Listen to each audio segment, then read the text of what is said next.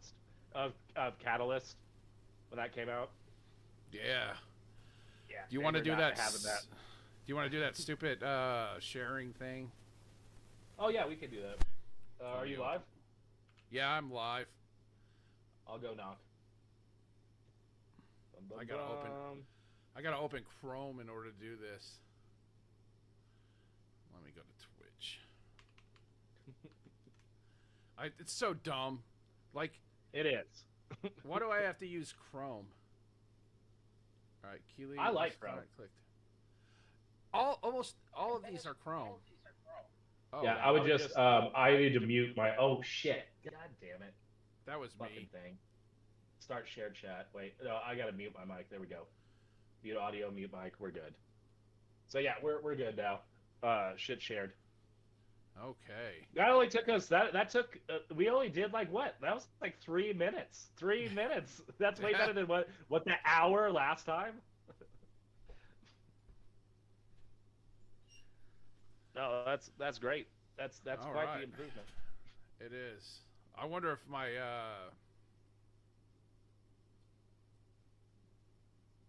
I just it says streamer mode enabled, and I was kind of wanting to get rid of that, but I don't, in case something important pops up. Oh yeah. So, hey, what I was have about to you say, been? all the other black members of the podcast joining? Yeah, no, they'll be black.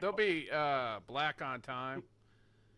I was kind of black on time, actually a little bit early. No, 'Cause I did was you 7:20. see Magnum? Magnum was like crashing out on us, being like, "Oh, we were all supposed to." It's like, use your words, big boy. Come on, like, what are you doing? Like I was like, I said tomorrow. I'm playing with my people, and then we're gonna do the show tomorrow. I was clear with my words, and then he was just like, "If you're not there at 7, then peace." It's like, it's 7, buddy. Yeah, don't Magnum. It's fine though. I don't really actually care. I'm just like, I just think it's funny. Yes. Yep. Coming through. You got Yep. anybody in your Everything's stream coming that through. can you see the Right now, tabs? I don't have anyone that's chatting right now, but I do All have right. people in my stream. Okay. Do you want to go ahead and give your because I gave my full overview, and then we could do some crosstalk about CE. Yeah, let's first welcome everybody. This is the Fan Zone. This is July 29th, 2026, and this is basically going to be the Halo CE Fan Zone. It's just the way it is. I think it's the only game Revival episode 2. Yeah. So Do me a favor on your yeah. Discord. There's a purple bar. Just hit the X on that. Close it out. It's gonna make it look a lot better because that's. Oh, I was afraid if I hit X, it would like. Nope, you're good. You're good. All right. Look at that. That's Awesome. clean. Yeah, that is clean. You're a pro streamer now. And I even got my socials up there. I don't know. Yeah, if I know. you I can see saw that. I was You like, got your Twitter one up there. I see that. Yeah, I got my Twitter, I got my Discord, and I got my YouTube, and they're all the same. Where's your link tree and your OnlyFans and your Fanzone? Oh, my OnlyFans, my only fat fans. If you want to see a naked fat guy, join this OnlyFans. Dude, I'm getting pretty large myself too, man. I'm getting pretty wide. I'm just lucky. I'm just lucky I was fit at one time, so I don't got like titties that hang down. Being fat, you ever see that? You some fat people that have never been fit their whole life. They get fat and they get like actual hanging breasts. Yes, I have seen that. I remember I used to fuck you when we worked at Walmart, and you're like, dude, when that metabolism's gone, you'll blow up. And I was like, it's impossible for me to be fat, and look where we're at. Look where we are. You get older, and it just slowly it just goes away. It does. I could eat McDonald's Big Mac meals twice a day, all through the week, be completely fine. And now, oh Jesus, disconnected. That's what I heard. Your stream looks good. Stream is good. My stream is good. All right. Yep, your stream's good. I have you pulled up too, just so I can make sure your stuff's good. It sounded like a. I'm thinking. Was it like your headset? It did sound like a headset, but I can hear you just fine. Oh, that's weird. My headset will occasionally say shit at me, and then I just ignore it. You know what I think it was? Because this headset can do like 7 different audio sounds at the same time. Probably something else disconnected from it. Most likely. No, but yeah. So Halo campaign evolved. Oh, all right. So I only played about an hour and 7 minutes to give people an idea of where I'm at. It's right when Cortana says that the ship got captured, and that the good news is that the captain's alive. The bad news is that the Covenant got him. So that's where I'm at. That's where I stopped. So this is just the that's basically the first mission, right? I think it's like the first couple. Yeah, I'm pretty sure, right? So you do the running through the ship, then you come down, then you have to save like 3 groups of Marines, and then you go to your next mission. So you're right, it is the second mission. So it's the third mission that I'm heading into. I believe that's where you meet the brutes. Oh, now I can't hear you. It might be my headset. Hold on a second. Oh, I might be disconnected. It's you? Oh, there we go. I'm back. All right. Because my headset was blinking with the pairing, and I was like, oh crap, maybe it's me. All right. No, I know it's me because I muted for a second on here when I need to mute on here. And sometimes when I touch the mic, it just disconnects for a good solid 10 seconds. Okay. Yeah, I actually have one of those too. I don't know if I can bring it into view. Yeah. Old. Yeah, that thing is very old. It looks like it's been in Asmongold's room. I got it when it. Oh, dude! I bought it from a Radio Shack. Nice. Just give you an idea how long I've had that shit, bro. Yeah, no, the Radio Shack where I used to live is still open. I'm like, it's a small town that has a Radio Shack still open. Probably because they need it, right? Yeah, probably 100%. No, but when I used to like when I first started streaming, on like PC, I had an old Snowball mic. And I was like, that thing sucked. That thing is so bad. This thing's not much better. In fact, it's probably a little bit worse, but it is a condenser mic. So there you go. It is a little bit better. Where the other one was USB, like I don't even know, mini, the fat ones. In fact, do I still have that fucking cable sitting up here?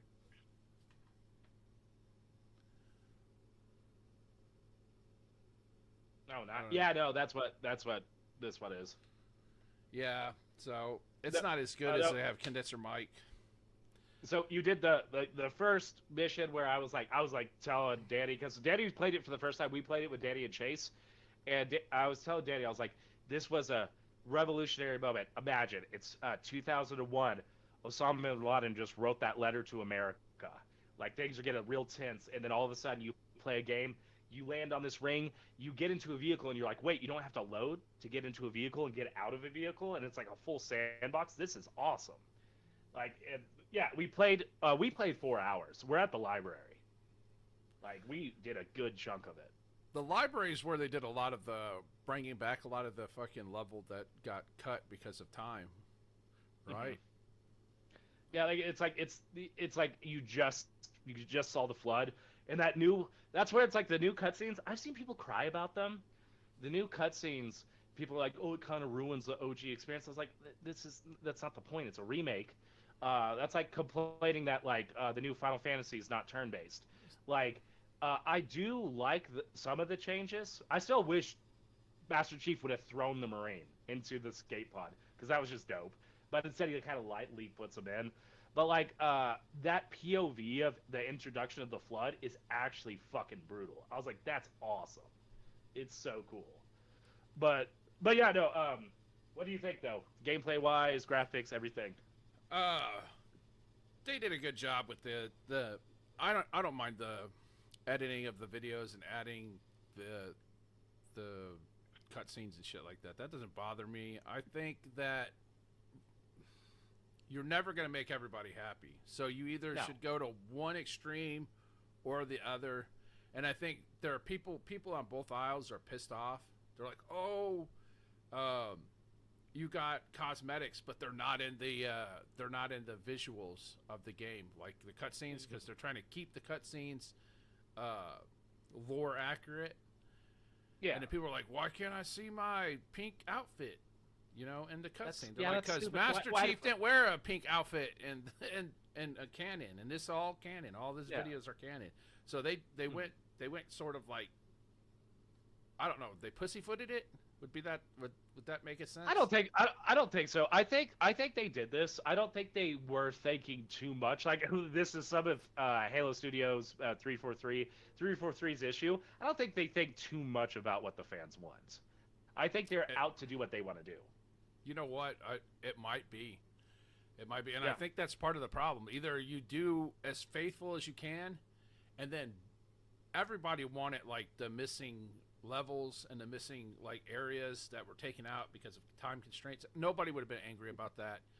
Adding in cosmetics made people that are purists upset about like adding in stuff that was unnecessary. Then the videos, maybe, I don't think the videos pissed off all the purists, but it pissed off like the extreme purists. What about Sprint? Sprint really pissed me off. I've seen, dude. They talk. No one's actually upset. That's so stupid. That is so dumb. They just want to cry. They've been mad since Halo 4, right? Dude, there were people that are crying. Yeah, no, it does. It does. Like, there's Sprint. I'm pretty sure there's Sprint in a Halo 4, Halo 5, and Infinite, obviously. But like, Reach. It was in Reach. There's Sprint and Reach. There was Sprint and Reach. Yeah, there was fucking Sprint and Reach. Bungie did Sprint. Shut it the fuck down, dude. They can't complain about fucking Sprint my only complaint is something that was in Reach. Sure, it's a skull that isn't in this game. You can't mount hunters. I want to mount hunters. That is awesome. They took the kill out? I like the bandana skull where you can get on top of hunters and like rip their back off and throw grenades in them and beat the fuck out of them. They took that out, which it's a little annoying, but it's like I can live with it. What about the special kills on the hunters where you jump up and you? No, that's not in there. That's garbage, dude. But but the good thing that they took out was the med packs. Fuck the med packs. Yeah. It was an armor. Wait, it was an armor pickup thing for Reach, like a jetpack. Oh yeah, no, yeah, it was equipment like Sprint. Yes, okay, Chasey corrected me on that. Chasey knows more about Halo than I do. He doesn't have a Noble team shirt like I do, though. Hang it up, JC. Hang it up, Chasey. Get out of here. My XL shirt. It was such a good game, like single player wise. First time I played it was last year with Chasey. Yeah. First time I ever played it. I caught a couple of your streams. Yeah, because I talked shit about the game. I was like, bad game. Noble 6 is a bitch and all this other stuff. And then, like, when Cat got shot, I got emotional. It was like, yeah, like, even when, what's his fucking name? There were multiple gut punches in that fucking game. Oh, yeah. No, it was a lot. Carter dying also stuck with me. The one guy that, solos the 2 elites, I was like, ah. But, like, what's his name where he picks you up and he's like, it's like, Reach has been good to me. And then, like, he throws you and he's like, make it count. That guy's awesome. That guy's fucking awesome. Oh, George. Yeah, George. George is great. Is that the son of the person who made Cortana? Oh, I don't know. I don't know the lore. You have to Chase that. Yeah, Chase will probably answer it. At this point, we should just grab Chase and throw him in the fan zone. Yeah. What are you doing in the chat? Get into the fucking podcast. You don't even have to bring your face in here. You can just I do like Sprint. I do like no health packs. He calls Halsey mom. Yeah, no, because it's a motherly figure. Yes, yeah, Halsey. That's a good catch, QL. Don't compliment him. No, what do you? I forgot. I forgot. That's all. My biggest thing, the thing I'm most excited about being in it, SMG being in it, so awesome. It's the best weapon of the game. I love it.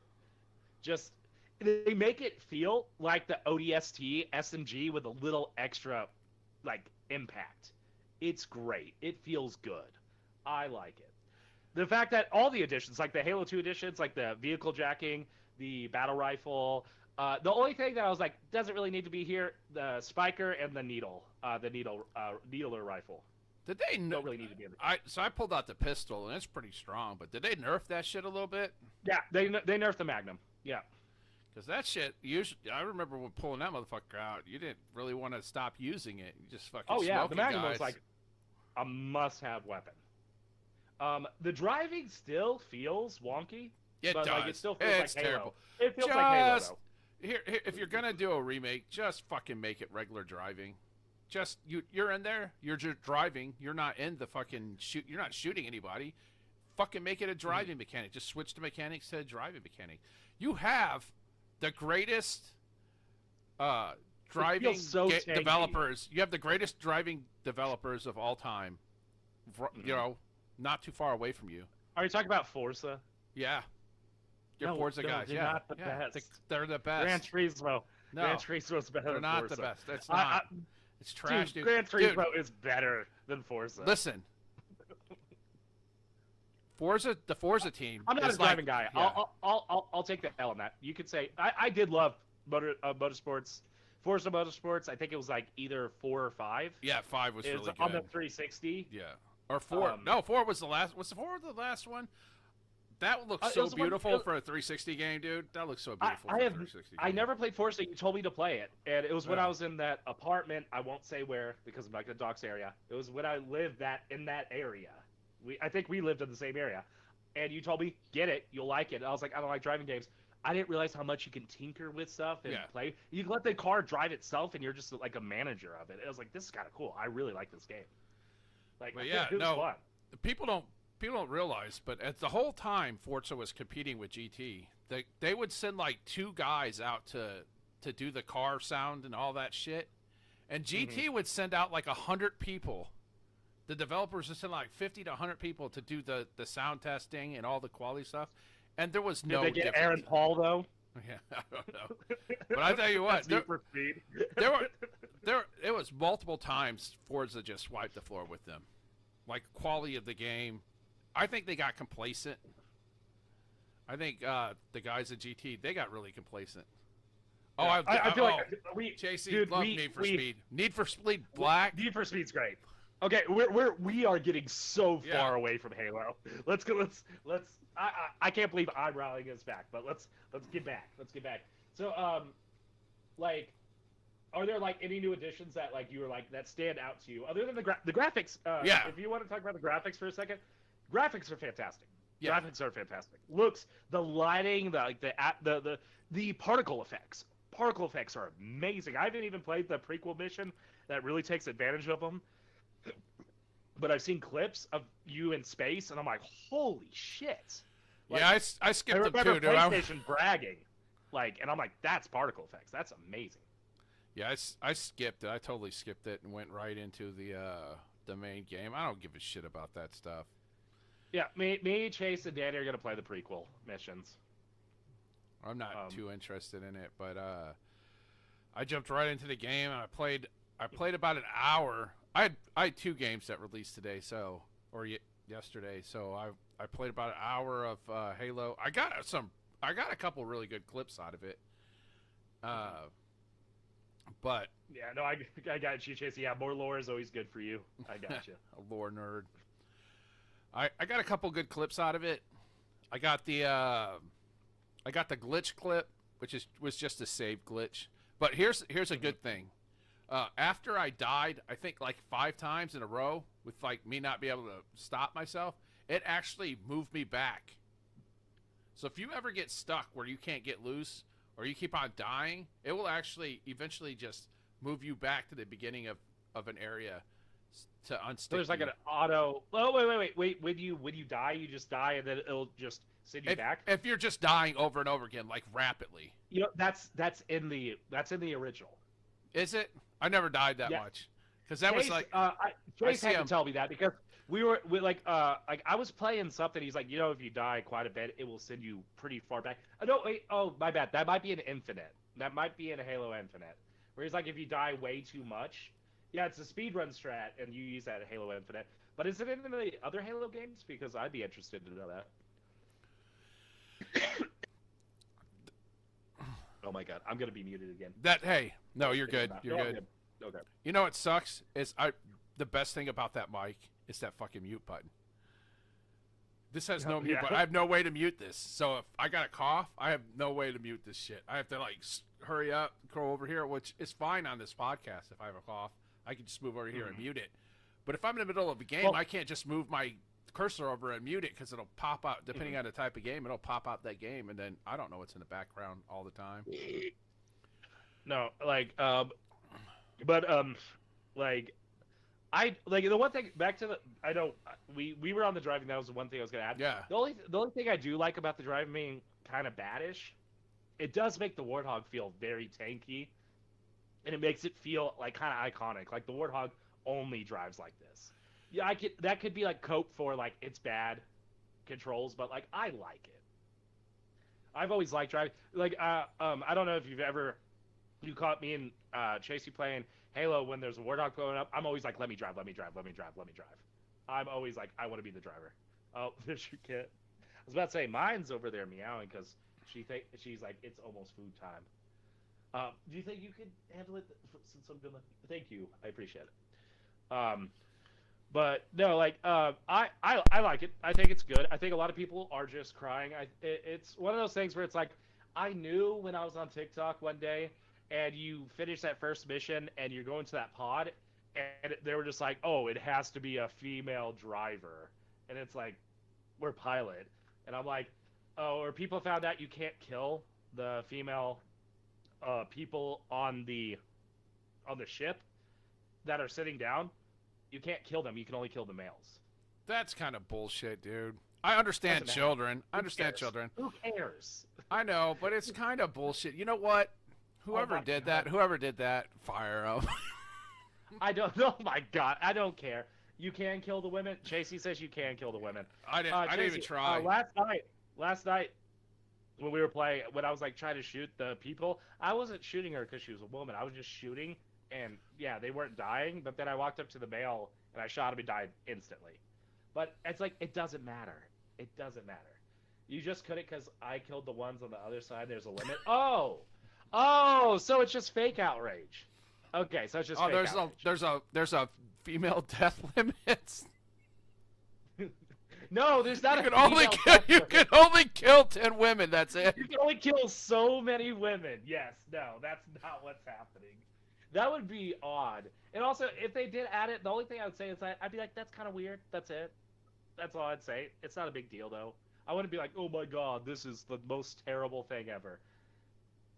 Like, it's dumb. But I've seen a lot of, like, people complain about certain things. Someone complained that, like, the game forces you to play in third person. That's where I was like, no, it doesn't. No, it doesn't. It's not even easy to get third person, is it? Don't you got to push the 4 Marines down? The skull. No, you have to get the skull, but I don't even know how. No, that's a trophy. That's a trophy where you have to push the 6. Okay. You have to push the 6. So the skull is at the beginning of the game, I think. You have to go back into the. I think it's in the beginning of the game. We have to go back into the headquarters. Third person, I thought it's for the prequel missions. I think you have right. Wait, what? I thought you had. Apparently right. Because it's underneath. It's in the front, a cockpit, and then you got to go underneath, and then there's a skull. Oh. Yeah. Before you even go for the third person? Yeah. It's like Chase, in the bridge. I thought you said that's in the prequel missions. You just drop down and grab it. I thought you said you don't have that one because it's in the prequel missions. Are you just lying to us, Chase? He probably found out afterwards. He said that's a Grunt birthday one. Oh, he doesn't have. Oh, the Grunt birthday one he doesn't have. So you have the third person one? I didn't know that. I like someone captured a bunch of the sayings they were like, and one of the elites is like, "Are you still mad about Reach?" That's awesome. No, I like the dialogue. Me and Chase talk about this all the time. The Grunt dialogue is like some of the best. Hey, Chief, You still mad? Hello? Or like my favorite one, it used to be a sound alert on my channel when the suicide grunts are running at you. I didn't mean to turn these on. Ah! They just blow up.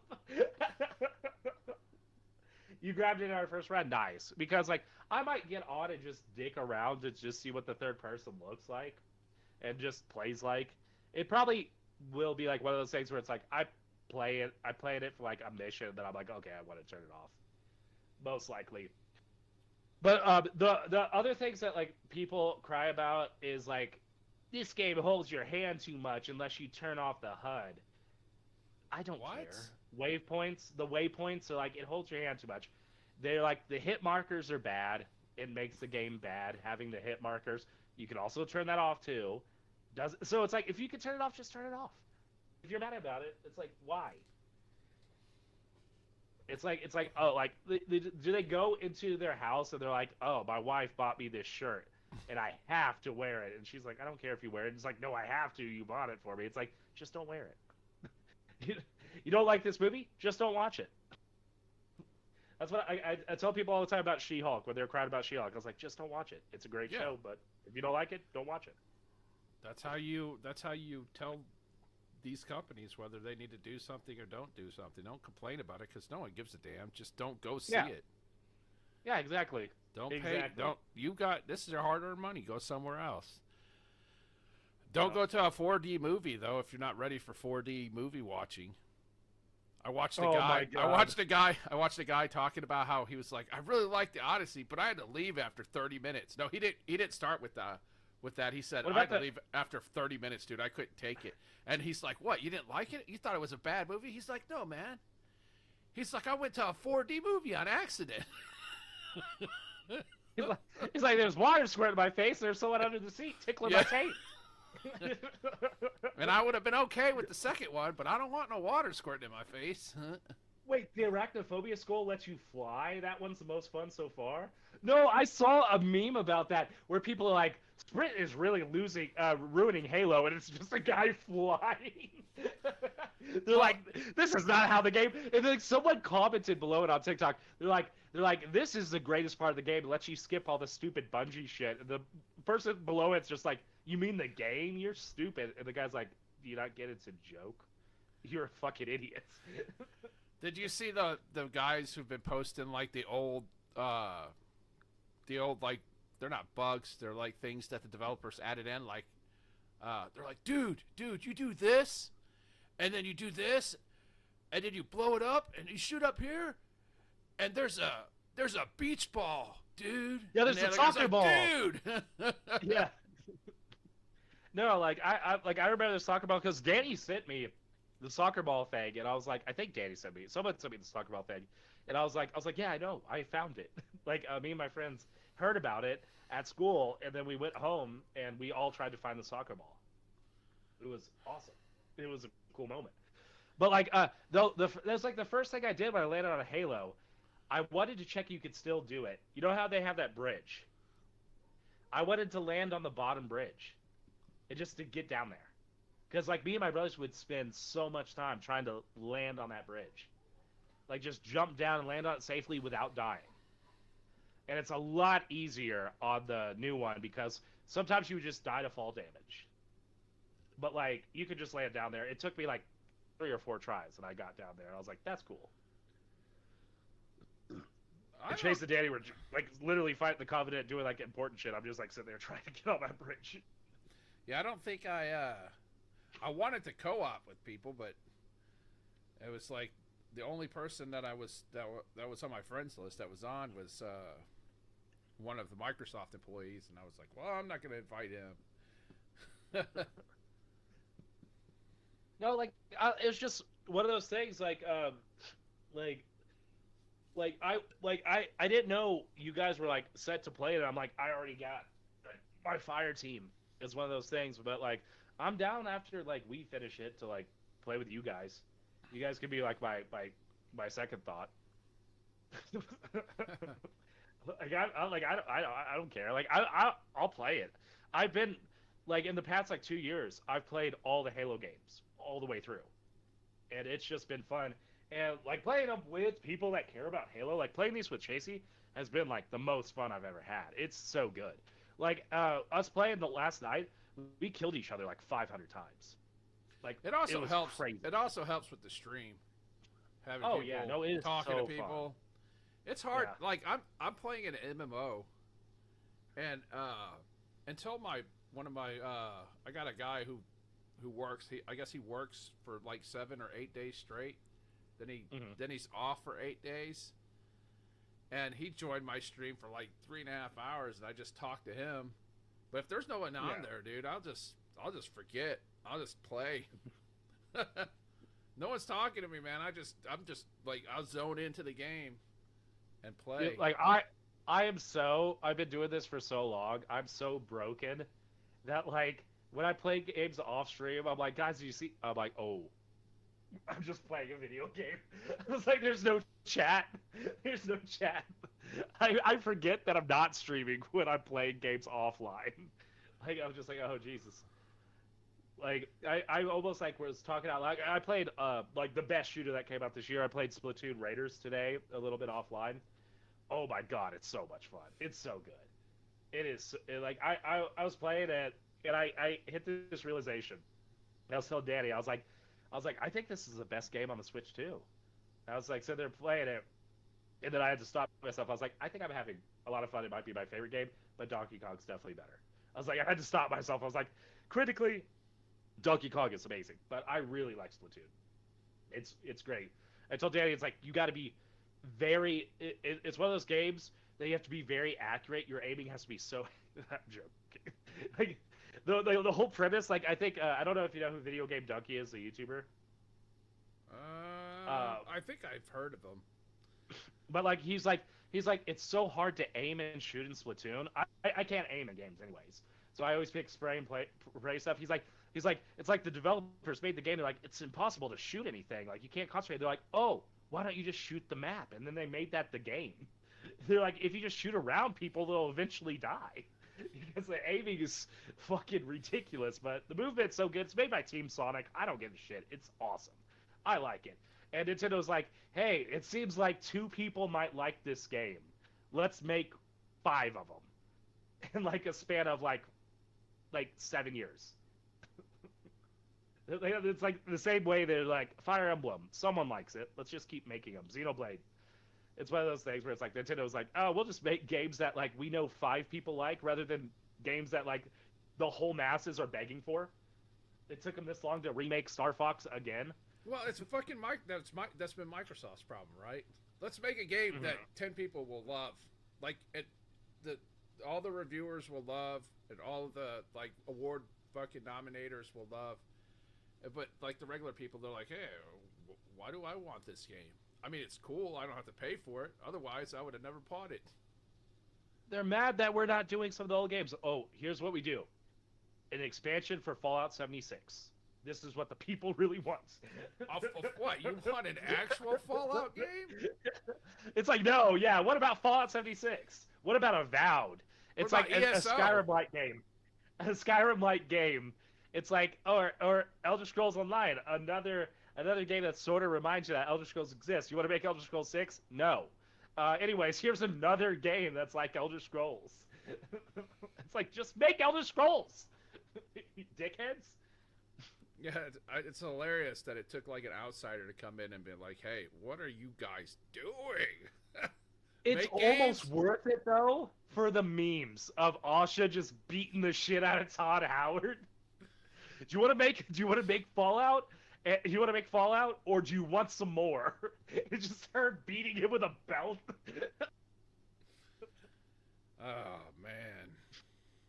Him announcing the games while crying, and Asha's just in the background. I kind of felt bad about like the people that got laid off, because everybody got laid off, and Asha's like, yeah, these motherfuckers are making Fallout, and everybody's like happy, and people are like, I can't believe these people are happy. The people that got laid off, it's like, oh, they're making an actual game now, and I'm losing a job. That sucks. That sucks. Developers losing jobs and people losing jobs, never good. Never good. It sucks. But listen, I'll take that. But I saw someone post, and they got mad at me. Someone post, no one deserves to lose their job. And I was like, plenty of people deserve to lose their jobs. There are a lot of people out there. Yeah. No, but what I'm saying is, I think we have I get what you're saying. I do get what you're saying. So don't fire the people that work hard. Fire the people fire Todd. Fire fucking Todd. That's what they need to do. I think Todd's done after. Good. Is he done after Elder Scrolls? Did he say Elder Scrolls, or he's going to be there all the way through Fallout? I think no. I think it's Elder Scrolls 6. I think he's done. Yeah, I think he said that. We can only hope. Video game Opie needs to get the fuck out. I'm tired. Send him back to Mayberry. I'm tired of his ass. I mean, he saved the company with Elder Scrolls 3. That was his baby. But you know what's really funny? The Epic Games being such a big platform off of something that like no one cared about because Fortnite saved the world. It was like Cliff Belinsky came up with that idea, and then nobody wanted it, and then they turned it into a battle royale, and it's the biggest game that there is right now. It's like insane. Can you even play the original game? No, wait, yeah. I think it's free now. Actually, no, I think you have to. No, free. No, is it free? No, now it's finally free. But yes, even when it was big, you still had to buy it. But I remember people being like, Cliff Belinsky, Cliffy B's awesome. People getting Gears of War tattoos before the game released. Gears of War was awesome. I love Gears. It heralded in the generation, really. Oh yeah, no. I want to play the new Gears. I hope you're right, and it's not a console exclusive. But I think Chase said it is console exclusive, and that will break my heart. No, it's not. You can pre-order on Steam right now. Go look at your Steam. Pop up your Steam. I will check because I want to play that game. Oh wait, can I get it on Game Pass? Yep. Okay, then yeah, we're good. Because but I mean, you can check it real quick and see, but I'm pretty sure it's already up for pre-order. I was about to say I'm lying. Even if it's not on Game Pass, I'm gonna buy it. I'm gonna buy it. It's Gears of War. And you get 10% off, I think. Oh, I don't care about that. Whoa, wait, you might be right. Yeah, E-Day, right? Yeah. Yep. Nope, Chase, you were wrong. It's not a console exclusive, so I don't have to. It's only on the Xbox, so it won't be on PlayStation or Nintendo. Oh yeah, no.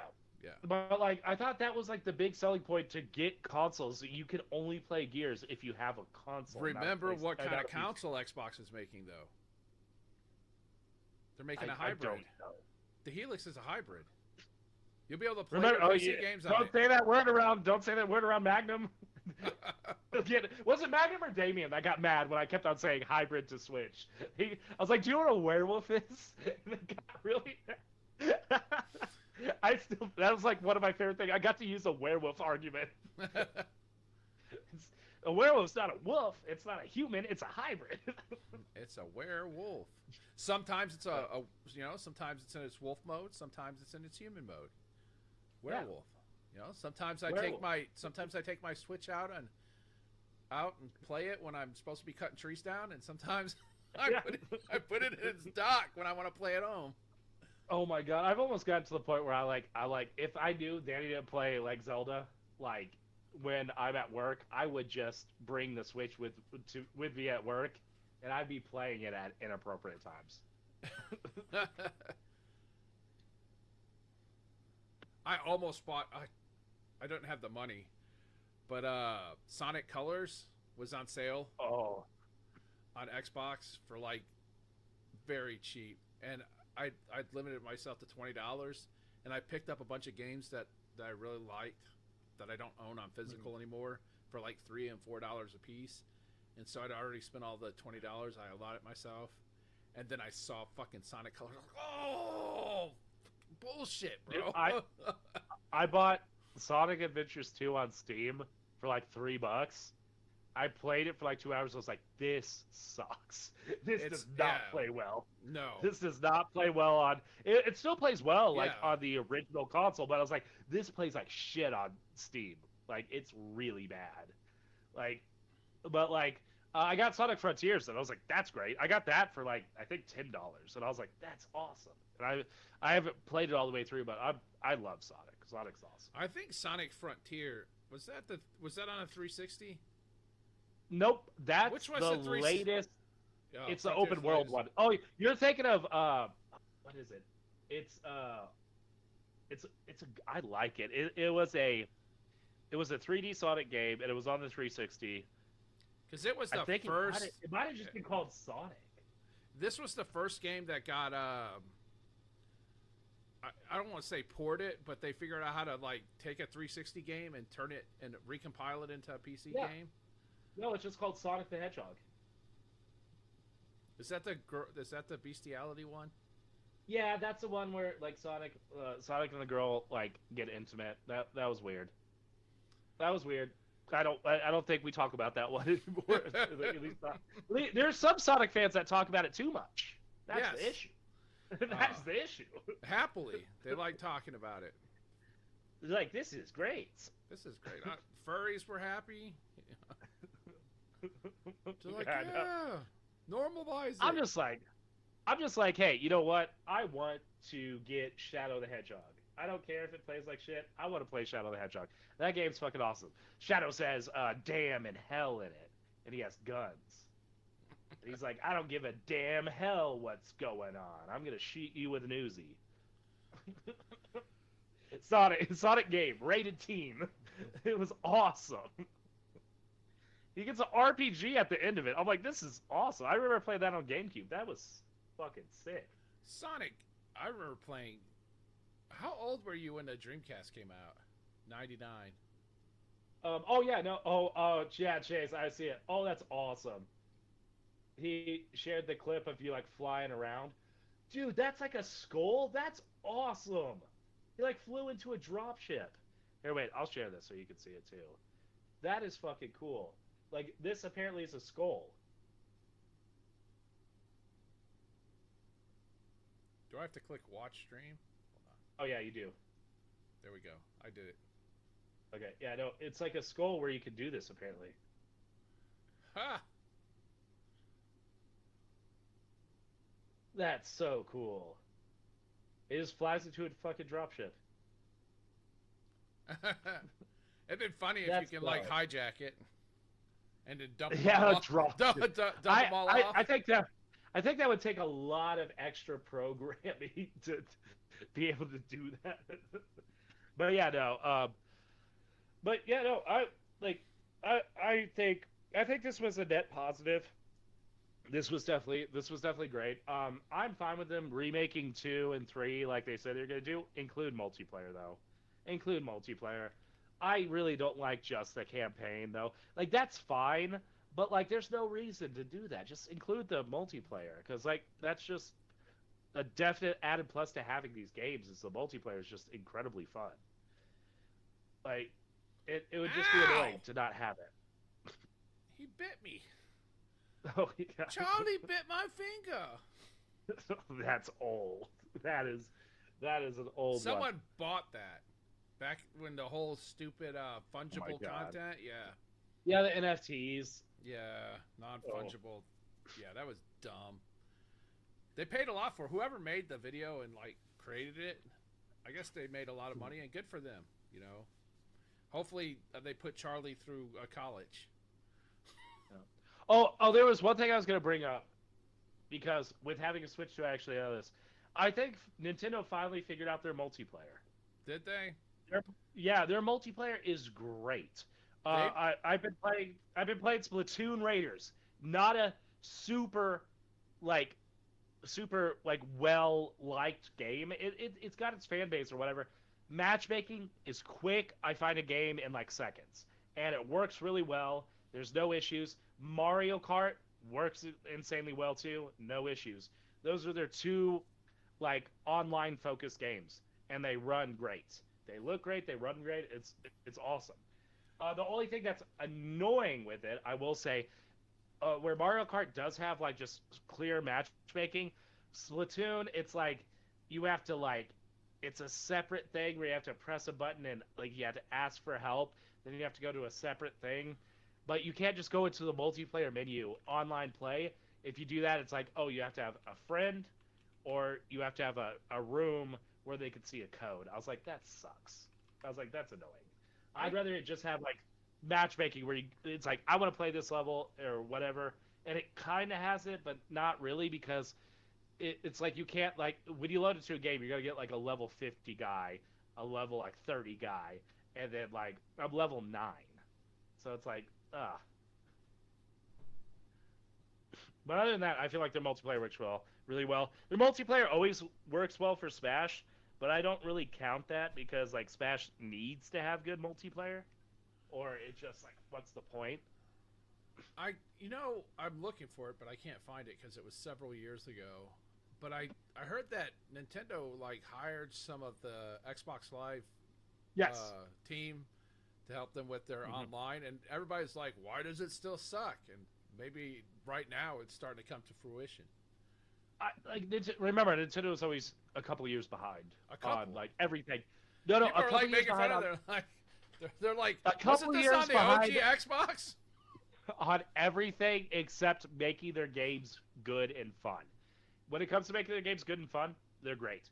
When it comes to graphics, online play, accessibility, they are miles behind. It's rough. Accessibility. You can't is even. rough. Accessibility is what? Rough. Their accessibility is yeah. rough. Where you can't control the volume of the game, where it's like, oh, I want the voice to be lower than the music. It's like, that's like non-existent. When it does pop up in a Nintendo game, I was like, oh, this is great. Oh, it's a third-party game. Yeah. Every time. I'm like, oh, it's a third. Their accessibility in their console is now actually good. I can actually change the text to bold and to larger text. That's nice. That's a new Switch 2 thing. Which, like, all the system accessibility, which is kind of funny, all this accessibility settings and, like, the game chat settings and everything also came to Switch 1, too, which is kind of cool. But it's like, so the only difference between Switch 1 and Switch 2 is it's the same from PS4 to PS5. Just accessibility options, menu options, and that you could play like 4 or 5 games that you couldn't play before.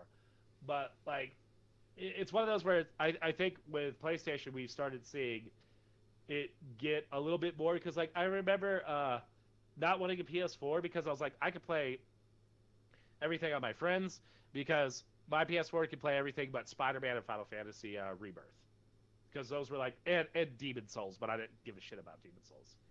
But there's not a lot of exclusives that are like next gen, which is kind of weird that it's still like that.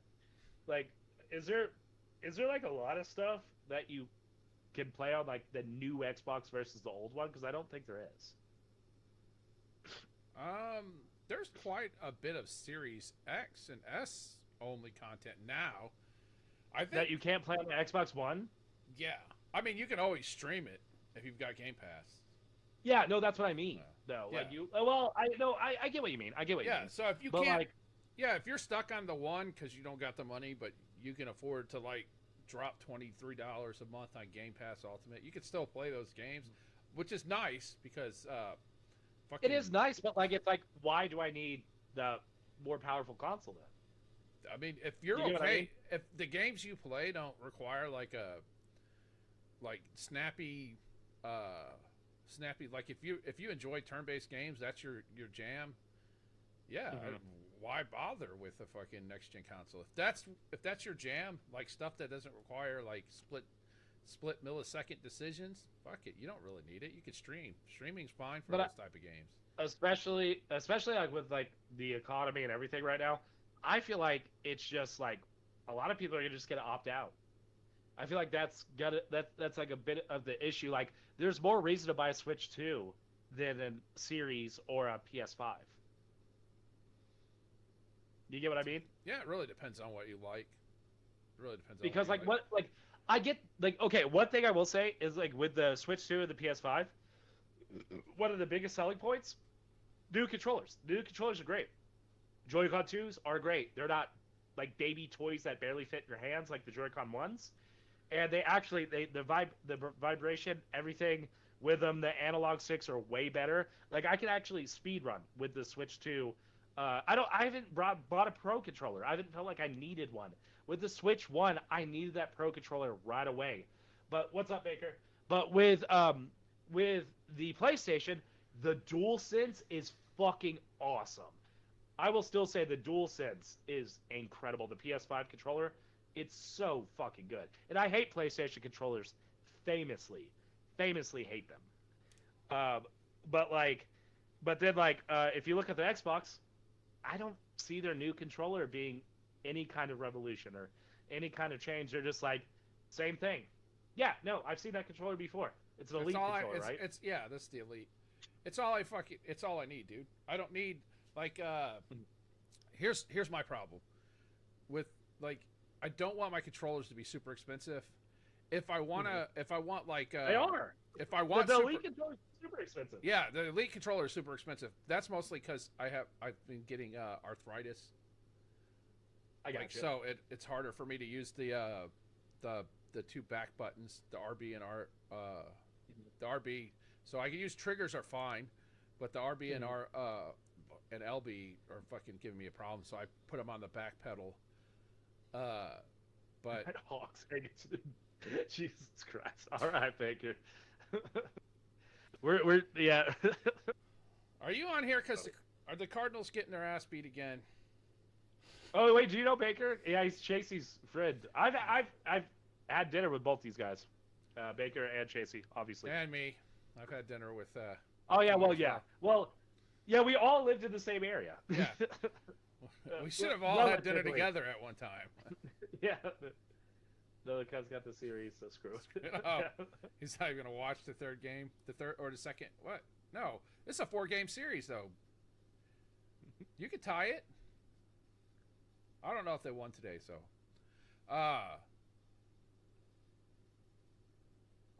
Where were we at? No, we're talking about my brain just controllers. So controller prices. Okay, this is what I'm talking about though.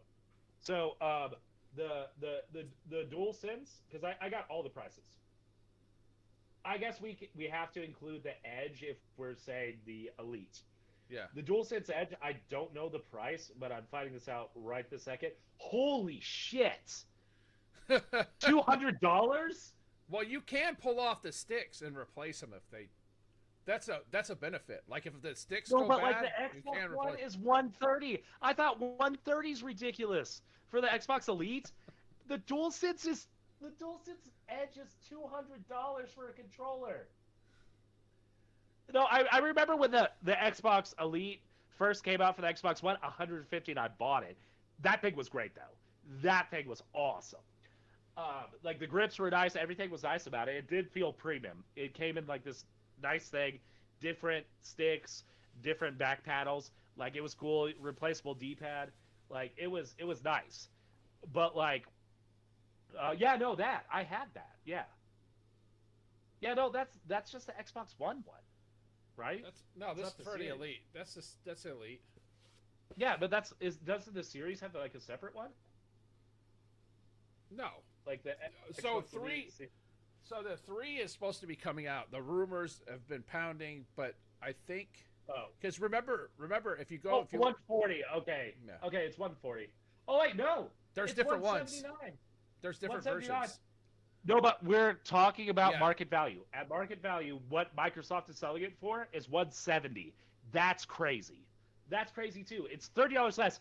Guess what? The premium Nintendo one, premium, is $100. $100. That's not that bad. Not that bad. I mean, you can really spend a lot on controllers. Look up like who makes. I know, but that's not my point. Razer's the Wolverine. Yeah, I thought you'd definitely have one of those.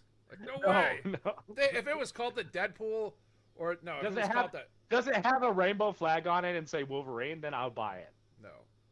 That's the Nightcrawler edition. Is Wolverine straight? What? Hey QL, is Wolverine straight? He's straight as an arrow. No, he's not. He is. Okay, anyways, we can move fast.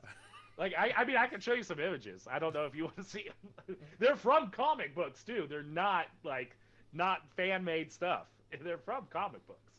Just sitting there with that bottle, and Nightcrawler's naked ass is in frame. They're about to get it on. That did happen. Him and Morph. I'm just Morph saying. is Morph. Morph has always been a weird character. No, Morph doesn't count. Are you okay? What is wrong with you? No, Danny just said Morph in time in the background. Oh my god. Wasn't that one of his sayings? What's that? Oh no, that's not. That's It not is his now. No, that's Power Rangers, and also what she probably knows it as is like the Morbius thing, the joke. It's Morbius time. Did you think Power Rangers? Oh, she was thinking Power Rangers. Never mind. No, I just think of Morbius where it's Morbid time, that Jared Leto movie.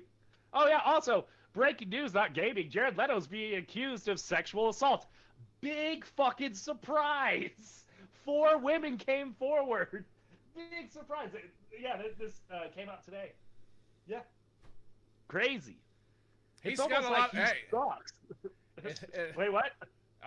Every guy who starts to come up, there's some. Oh, come on. Yeah, there's gonna be some chick. Yeah. On. Okay. Yeah. So, what about Henry Cavill?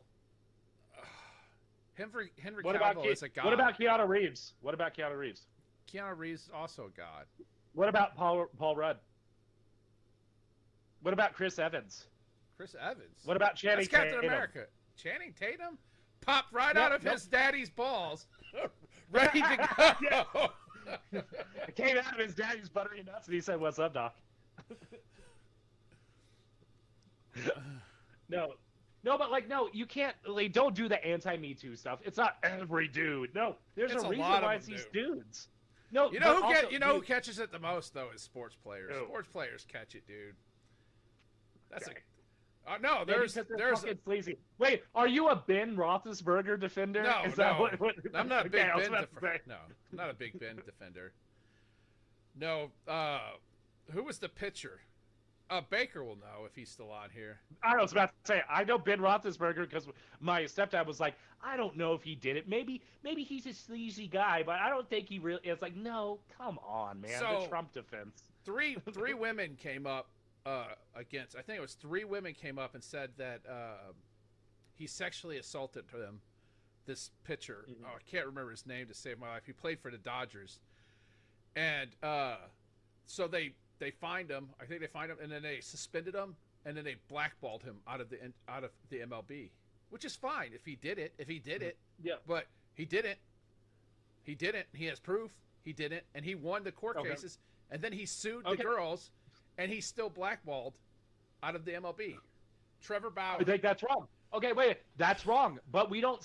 But No, here's but what we don't. it happens. It's an industry. Wait. Okay, yes, but here's what we don't do. We don't say it overwhelmingly happens, because here's the truth of the matter. Overwhelmingly, and this is true, overwhelmingly in the last like 50 years, women have been not coming forward. Women have felt like they can't come forward. Women have been ostracized in society. So we don't do the whole like, oh, it's overwhelmingly women are lying. No, it's actually the complete opposite. It's enough in sports right now. It's bad enough in sports that people don't believe women anymore in sports. Now, I'm not saying Hollywood, because we know there's some fucking weird. And I think there's always bad actors. There's always bad actors, and that definitely sucks. Some chick just got 2 years for it. Did you hear about that? Guy saved her. Good. He rescued her. I think that's good. And then she lied and said he raped her, and so she fucking that was some bullshit. I think there should be consequences, because I think there should be consequences if people lie about what the issue is. The issue is that, like, when powerful people do stuff and they are not lying, and then they get punishment they need that to get is punished. undue. Yes. No, when it's not, when they're when it is viable, but they have enough power, and then like women get punished and they are already victims, that's worse. So we don't want things to go Salem witch trials again. No, we don't want that. I just want, like, this is what we need. We need to get women to understand it's okay to come forward. If nothing happens, even if nothing happens to the guy you came forward on, you've already came forward on him. Now, if later some other woman comes forward on it, they're like, oh, wait a second, this person came forward on him. Now there's a history. I was talking to a young lady in the Marine Corps. She said I was sexually assaulted. She's like, but nobody's gonna believe me because everybody likes this gunnery sergeant. Like, who gives a shit if everybody likes him? You report it. You say, hey, this is what happened to me. If nothing happens to him, I guarantee you he's gonna do it to some other girl. Mm-hmm. And if you came up and said, hey, this guy's an asshole. He likes to squeeze asses and shit that don't belong to him. And eventually he's going to do it again. And when he does it again, now you have validated that girl, and then she validates you. But if all of a sudden, oh, go ahead. Go ahead. If all of a sudden 4 girls come up and say, hey, this guy sexually assaulted me 8 years ago, example. I'm not saying that, but let's say it was 8 years ago or 10 years ago or whatever. You can say it's 30. Yeah, 30 years ago. It happened 30 years ago. One, that's 30 years ago was a different mentality too. So I can't really blame the women back then. Oh, okay. Right. No. You're on my side. You're on my side on that. Right. One. So I got you. 30 years ago, but like modern day women, there's a repercussion if you lie now. Now there's repercussions for lying. But if you're not lying, you're just coming forward and say, hey, this is what happened. I'm reporting it. If you don't do anything, that's fine. Because I know this asshole will do it again. And then when he does it to the next girl, she's going to report him. And then you're going to look back at my report, and now he's got a paper trail. So always report it. No matter where you work, if you don't feel good about it, report him anyways. Because eventually, if he sexually harassed you, he's going to sexually harass another girl. And if he doesn't sexually harass anybody else ever again because you told on him, well, you've done a service to all the girls he would potentially have sexually harassed later on. Okay. All right. But okay. So here's my argument. Here's my argument with this. And I know I love bringing it back to nerd shit, but I'm about to. So have you seen Spider-Man No Way Home? You're going to be like, how does this? Trust me. It comes into this argument. Okay. So you haven't seen that movie. Okay, well, it's like where Peter Parker gets exposed for being Spider-Man, and it's not that he's worried about that. He's worried about the people. Oh my God, here comes John with the Homelander crying. But so here's the problem: there are people. He's not worried about that as well. He's worried about that, but he's also worried about the people that are like Mysterio was right, and he killed Mysterio and this stuff. So even though that's going on, Daredevil warns him about like it's not necessarily about what's going on in the courts. It's about the courts of public opinion, and that sometimes can be even more dangerous. And that's when the brick comes through the window. So the brick coming through the window in the real world, a woman accuses, rightfully so, a well-liked man of doing this thing. She is ostracized in her community. She's called a whore. She's shamed constantly. She gets attacked in public because this does happen quite a bit. She gets death threats. All this stuff happens. She constantly, through the litigation, even though it's going to be proved that he did it, through the litigation, constantly she's harassed. Constantly she's shamed. They share everything about her past. Maybe she sent like a picture to like a guy that is like an incel piece of shit. He starts posting that everywhere. All this shit starts happening to her. That's a crime, by the way. No, I know it is a crime, but it still happens. It still happens anonymously, and it still happens pretty regularly. That stuff happens. So for a woman to go through that and then have to wait for the litigation to be over and deal with that for years, some women are like, this was something that was awful. Like, here's an example. I know you probably won't like this. Eugene Carroll had dealt with that, and she was like, you know what? I thought of like I don't feel as much like a victim as some other people might feel because it was just 5 minutes. I don't carry that trauma around like other people do. I could have probably just left this alone, and it probably wouldn't have been that big deal. And I think that's the mentality of why women don't come forward. So there's that. There's also men in that situation. Always come forward. This is how I feel about it. But that's why they don't. Do you understand? That's why they don't. No, 100%. I agree. Okay. That people don't want the problems. Like people do that at work. Like, do I want to go through this ain't a big deal, right? No one's sexually harassed. Nothing. I have a coworker who has problems that we won't talk about, but he has problems outside of work that interfere with work. And I'm still listening. I'm gonna grab beer. All right, so I'm fine. I'm fine with him dealing with problems that occur during the workday, but how to explain this without giving away anything that's important? Thank you, Clive. He banned a bot. Bots. I hate bots. So, oh my God, I'm trying to think of a way to say this without like revealing anything important. But anyways, things happened, and then he takes way too much time off. I understand why he's doing it, right? Oh my God. Yeah. Trying to explain it would touch on what's going on in his life, and that's not fair to him. But anyways, just use like fake names. Yeah. Obviously, you're not using his name, so you can give a direct example. No one's gonna know. I'm suffering because of his actions. I understand why his actions, why he's doing these things, why he's walking away, but he's taking it to like where he walks away and he doesn't come back and help me on a 2-man job, and working on as a 1-man job. My shoulders are, both of them are like wrecked, and eventually, like, I should have brought it up immediately. If I had nipped it in the bud with management, because I talked to him and he blew up at me because of all the stress in his life. If I would have nipped it in the bud with management, hey, you need to come talk to him about this problem he's having. It wouldn't have gotten as bad as it was, because I haven't worked with him. Just recently, my boss called him. They talked. He's working with me again. I hadn't worked with him for a year and a half. Like, he hadn't been working with me. Like, I'd get him for an hour in a 12-hour shift helping me. I don't know where he's at, you know? He'd clock in, then he'd go do whatever for like a half hour. Then that half hour turned into an hour and a half.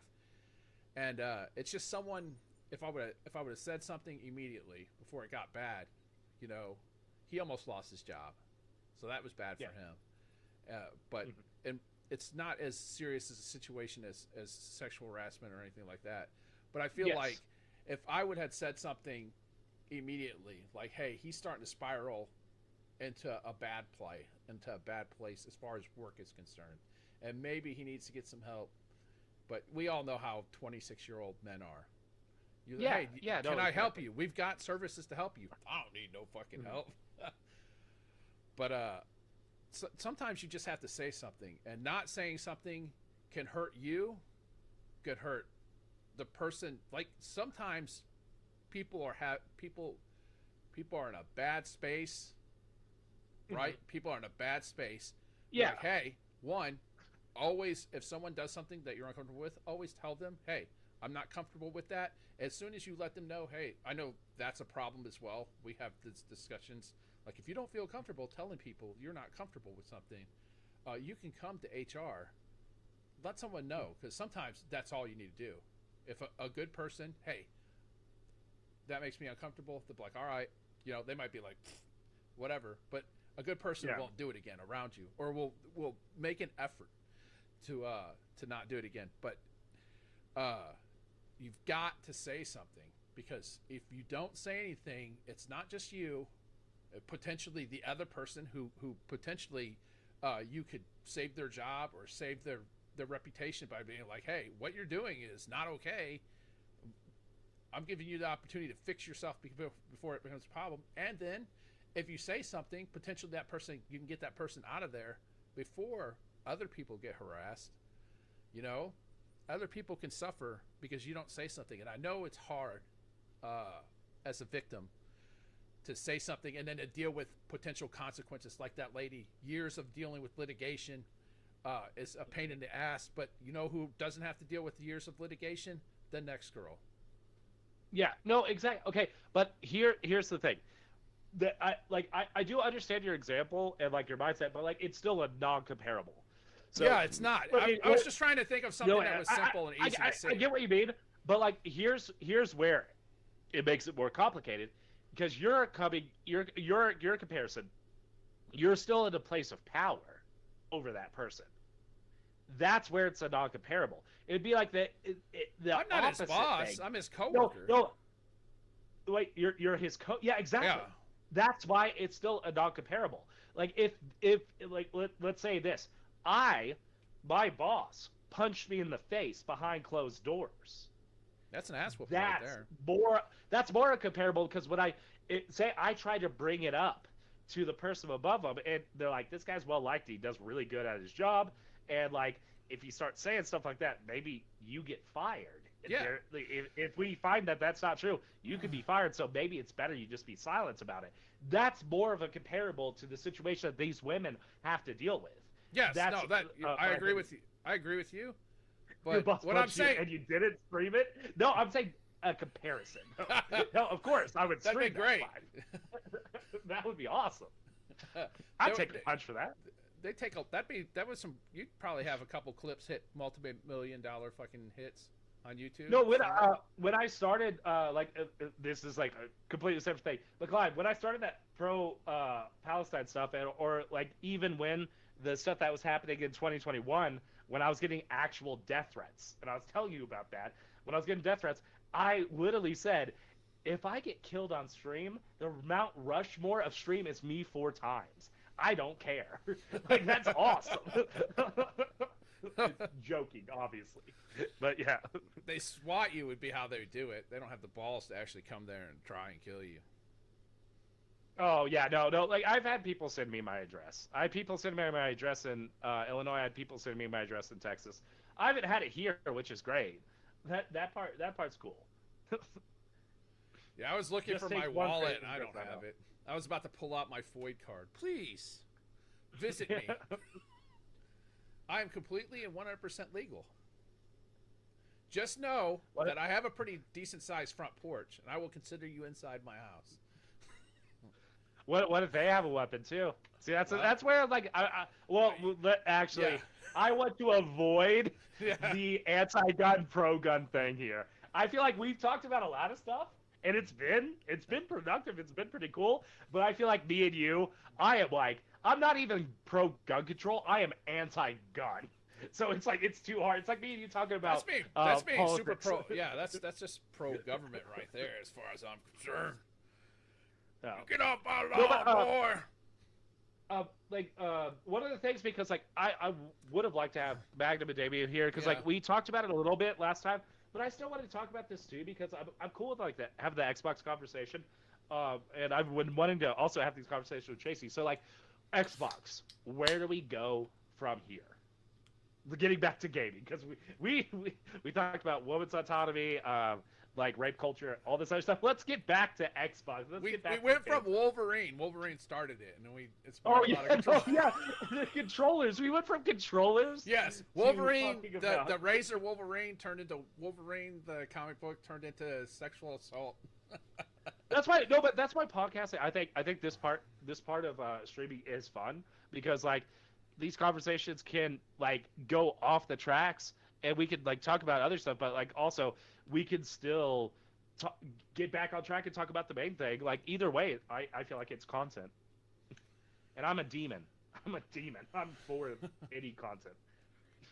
Alex Jones writes about me. Alex Jones was right. They're like, this socialist gamer wants to make your men into women and take away their guns and give Muslims rights. He wants to put Sharia law into the USA. I do have a problem with I'll jump on just to be an asshole. One, two, I agree. It's okay to hate a religion. No, right? I'll yes, jump on that, right? Absolutely. No wait. You are correct. It is okay to hate a religion. You are correct. It's not okay to hate a people. Yeah. That's what's incorrect. When someone's like, hey, I don't want these. I don't want Muslims in my neighborhood. No. No. That's not Islamophobia. No. That's religion. What did I just say? No. What did I just say? I said it's not okay. Hey, I don't want a white Muslim. I don't want white women. White Muslim. Well, come on, man. I can't say this shit with a straight face. I said it's okay to hit. Okay, you're joking. Okay, I'm glad you're joking. I can't. It's okay to be like. You could say I don't like Sharia law, and I don't want the U.S. to have Sharia law. I also don't want the U.S. to be a Christian nationalist state either. I don't want either of those things. Absolutely not. Absolutely not. But like, I just want to be clear about that because like I'm just like, holy shit, that scared me for a second. You did say that. I was like, no. Did you we see were doing so well. Did you see the some Muslim put like a funny video where he's like sitting there and all of a sudden news pops up. Man commits terrorist offense, and you can hear like a woman in the background, please don't be Muslim, please don't be Muslim. He's like, please, he's praying, and they're like, white man, 28-year-old white male. He's like, oh, thank God, converted to Islam yesterday. Dude, SNL did a bit like that. It was so fucking funny about gun violence, where it's like they were guessing who did the gun violence. Yeah. And it was so funny that because like it's like the black people are like in Kentucky, and they're like not us. What was the one with in Florida with the child with the eighth grader, and they're like, that's definitely you guys. And Shaniqua, no, Shaniqua, Shaniqua, no, what is you doing, Shaniqua? What are you doing, Shaniqua? Why are you in Florida doing this at this location? No, that shit's funny. Like chicken? Chicken? He was like, chicken, that's you. Like, what do you mean, chicken? Like, chicken is you, right? Who was that? That was Shane Gillis, right? Yeah, Shane Gillis, yeah. No, but I feel like that is a bit of where, like, I disagree a lot with people on my side of the aisle, where it's like, you can still joke about things. It's okay to joke about things. Am I going gray in my eyebrow? Oh. I thought I had gray in my eyebrow, dude. Like, I don't even think Danny knows about this. I shaved recently because I had a long gray hair, and I'm like, nope. I just shaved the sides off. I was like, nope, we're not doing that. Occasionally, I'll wake up in the morning, I'll brush my teeth, and I'll see, like, we have the tweezers right there behind the mirror. I'll see a gray hair or whatever in here. I'm like, nope. I'll eradicate that real quick. I'm like fucking Homelander. Except I don't capture the gray hairs in a jar and look at them. I don't do that. I do pee way too much. I'm surprised I haven't pissed that much recently. But yeah. Anyways, once again, huge segue. So yeah, Xbox. Where do we go from here? What do you want to see from Xbox right now? What I want is I want everybody to play every game. I don't think exclusives are good for anybody. But if nobody else is putting their games on every other platform, then you're stuck. You can't, because it kills your platform. If everybody's putting all their games on everybody's platform, and no platforms are killed because of it, because everybody's doing it. But because Nintendo always does it, and then Sony went back to doing it, now you're stuck. You've got to go back to doing it. Like games that are like super big, like Minecraft and Call of Duty, those will always be multi-platform. But I think they should take their fucking ball and go home, dude. Go home. Oh yeah, no. Yeah. Surprisingly, I do agree with you because like I'm going to try it out, but I saw someone upload a Halo clip and they were sitting there with a PlayStation controller, putting the six Marines down under the thing, and it felt weird to me. And then I looked in the comments, and all the comments said the same thing. They're like, "You're playing with a PlayStation? Blasphemy!" Danny has only ever played Halo with a PlayStation controller. I'm gonna try it. It feels weird, and like I feel like Xbox, they should take their metaphorical ball and take it home, because like Nintendo, they did share some shit with Sega. I don't think they do as much anymore of like, oh, we're sharing our other IPs. They don't at all. But like PlayStation, they're like, okay, you can play Last of Us, you can play God of War, you can play Uncharted on the PC. Like at first I was like, yeah, that's really cool, but then like ultimately I didn't care because like you can't play Uncharted on Xbox. Yeah. You can't play God of War on Xbox. So why is Xbox being like, okay, Halo and Gears of War is on PlayStation? Part of me is like, I don't want to play it on a PlayStation. It just, kind of feels. It's like playing. Okay, so here's my biggest example: playing Metal Gear Solid 5 on the Xbox. At the time that I played it, it felt wrong. When it released in 2015, I only had an Xbox One. I played it on the Xbox. It felt wrong. Now I'm replaying it, and I'm using this. It just feels a lot better. PS5, PlayStation. It just feels a lot better. It's weird. So I'm okay with them being like the consoles have their games. That's fine. I understand the idea of like if you put it everywhere you're gonna sell more. I understand that idea. I don't think that idea works in practice. No, because I don't think did Gears Reloaded sell more? No, it sold like 100,000 copies on the PlayStation, I think. Yeah, exactly. Because PlayStation people don't want to play Gears Reloaded. The people who bought Gears Reloaded were Xbox guys who bought into the PlayStation brand after the 360. Those are the people that are playing it. So if Microsoft says, "Look, to preface this, I want to preference this. I want everybody to play every game. I want all of Nintendo's games to be on PlayStation, Xbox. I want all of Xbox games to be on PlayStation, Nintendo. I want all of PlayStation games to be on Nintendo and Xbox." Oh, I don't want that. Right. I want everybody to have everybody's games. I want to be able to play. Some games won't work, right? You want communism?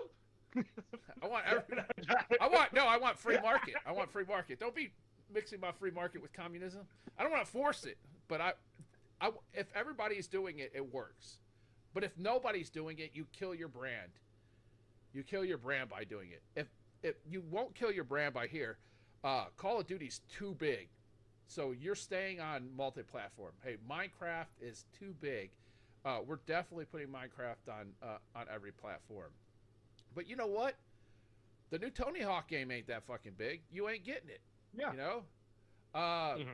The new Halo game, you're not getting it. We might give you the multiplayer game, the multiplayer version of the game. Yeah, you can have Halo multiplayer, right? But you can't have multiplayer. The exclusives race was top tier in my childhood. Yeah, no, it was. And like we fought over it. Dude, we fought over it when I was a kid. Like Sega versus Nintendo. That shit was violent. In the schoolyard, like, oh, you like, oh, it was almost always Mortal Kombat. Like, I have blood in Mortal Kombat. Console Wars. Like, which version of Soul Calibur do you get? Because we got the better character. And everyone spoke like we. Like, my brothers even. My oldest brother, PlayStation. My middle brother that's in the Marines. Not Marines, I mean Navy, the Navy. He has an Xbox. Hey, it's not gay when it's underway. It's not gay if it's in international waters. It's not gay when it's tell him. Like one of my Marine buddies said it. He said, "Is it true? It's not gay when it's underway." Is this a rude question? Like you have a Marine buddy, right? Yeah. Would he get upset if I asked him what's his favorite flavored crayon? My favorite flavor of crayon is red. Yeah, no, it's always red. Danny, wait, you were the Marines, right? Yeah, you were the Marines. Danny, it's always red. I don't think she can hear me. I always know it's red because if you say it's like blue or green, you're lying. It's always red. Occasionally you'll get a purple, but purple is kind of like red-blue, right? Just to change things up a little bit, you get a purple. Yeah, that's like a side dish. That's like if you go to Subway and you always get non-toasted. You're like, you know what? I'll have toasted today. Exactly. Every now and then. Okay, sorry, we got. So, but like no, I was like, and I hate the mentality of I miss the old days.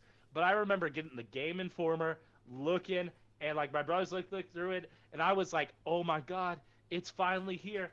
Animal Crossing on the cover. I'm looking at this. I've been waiting for this game. And then my brothers are like, oh, you're gay. And take it from me. And they're looking at like, oh, what's going on with like Metal Gear or what's going on with Final Fantasy. It was just like that. It was like, they say like that. Dude, I bought a GameCube for that game. For Animal Crossing? Yeah, no, because I was like, this looks awesome.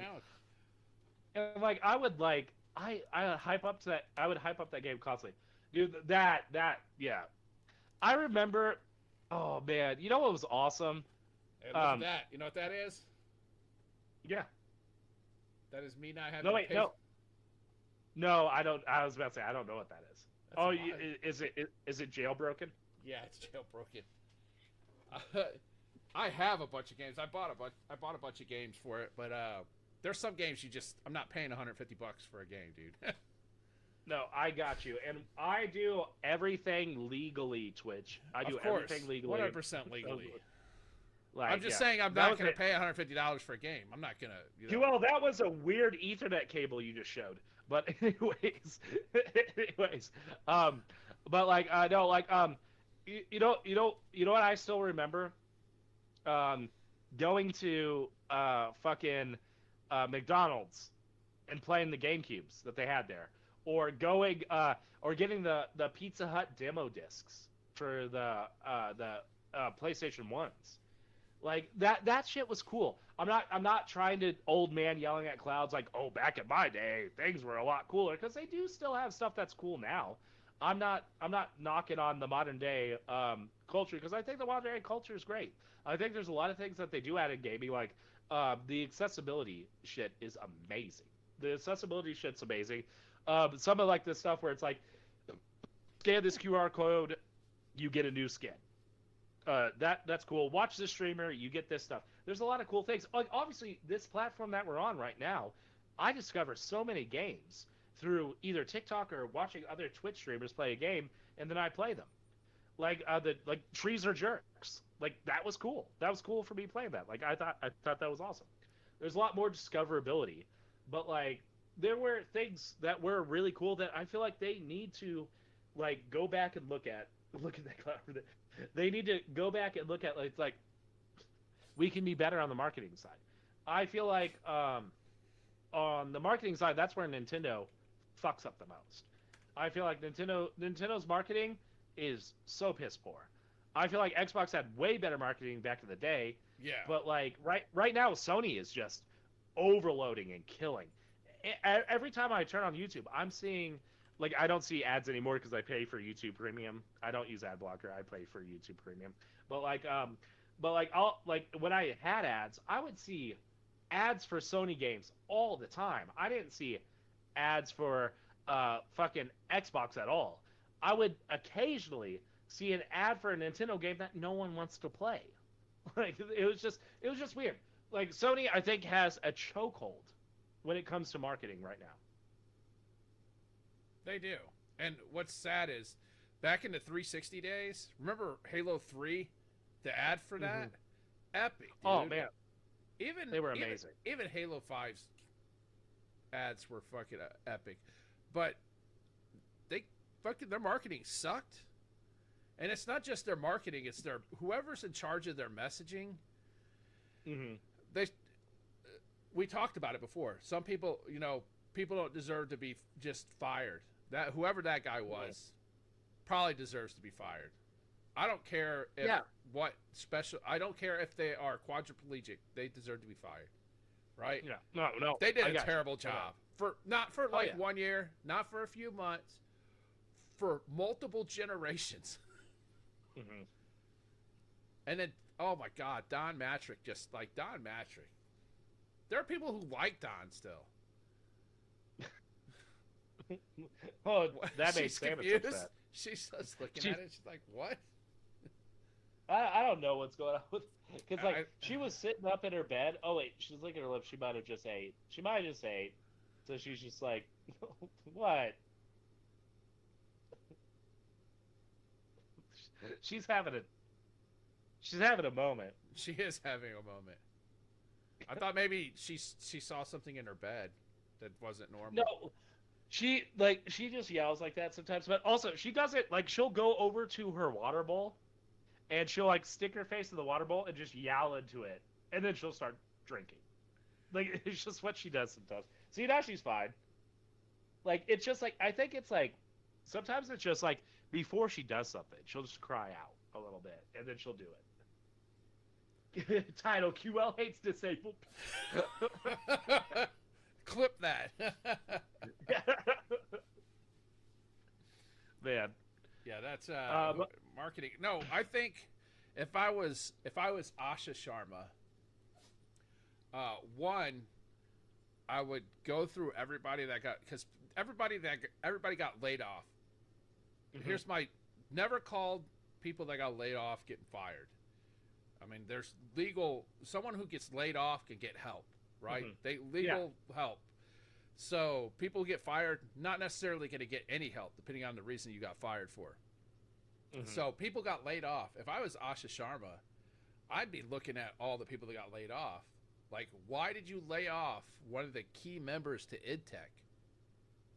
Like, hey, and I would go to HR. Like, certain people got laid off. Like, people were like naming these people who have names, and their names are attached to like specific things they did. If I was Asha Sharma, I'd be like, why did this guy get laid off? What's the reason for choosing this guy over yourself? Yeah. No, absolutely. Yeah. Why are you still here and he is not? Because I don't know if you watched Laura Fryer's video. No. She talks about she laid herself off. She had to make the decisions, and to save another job, she laid herself off. Damn. So, so there's like, why is he gone and you're not gone?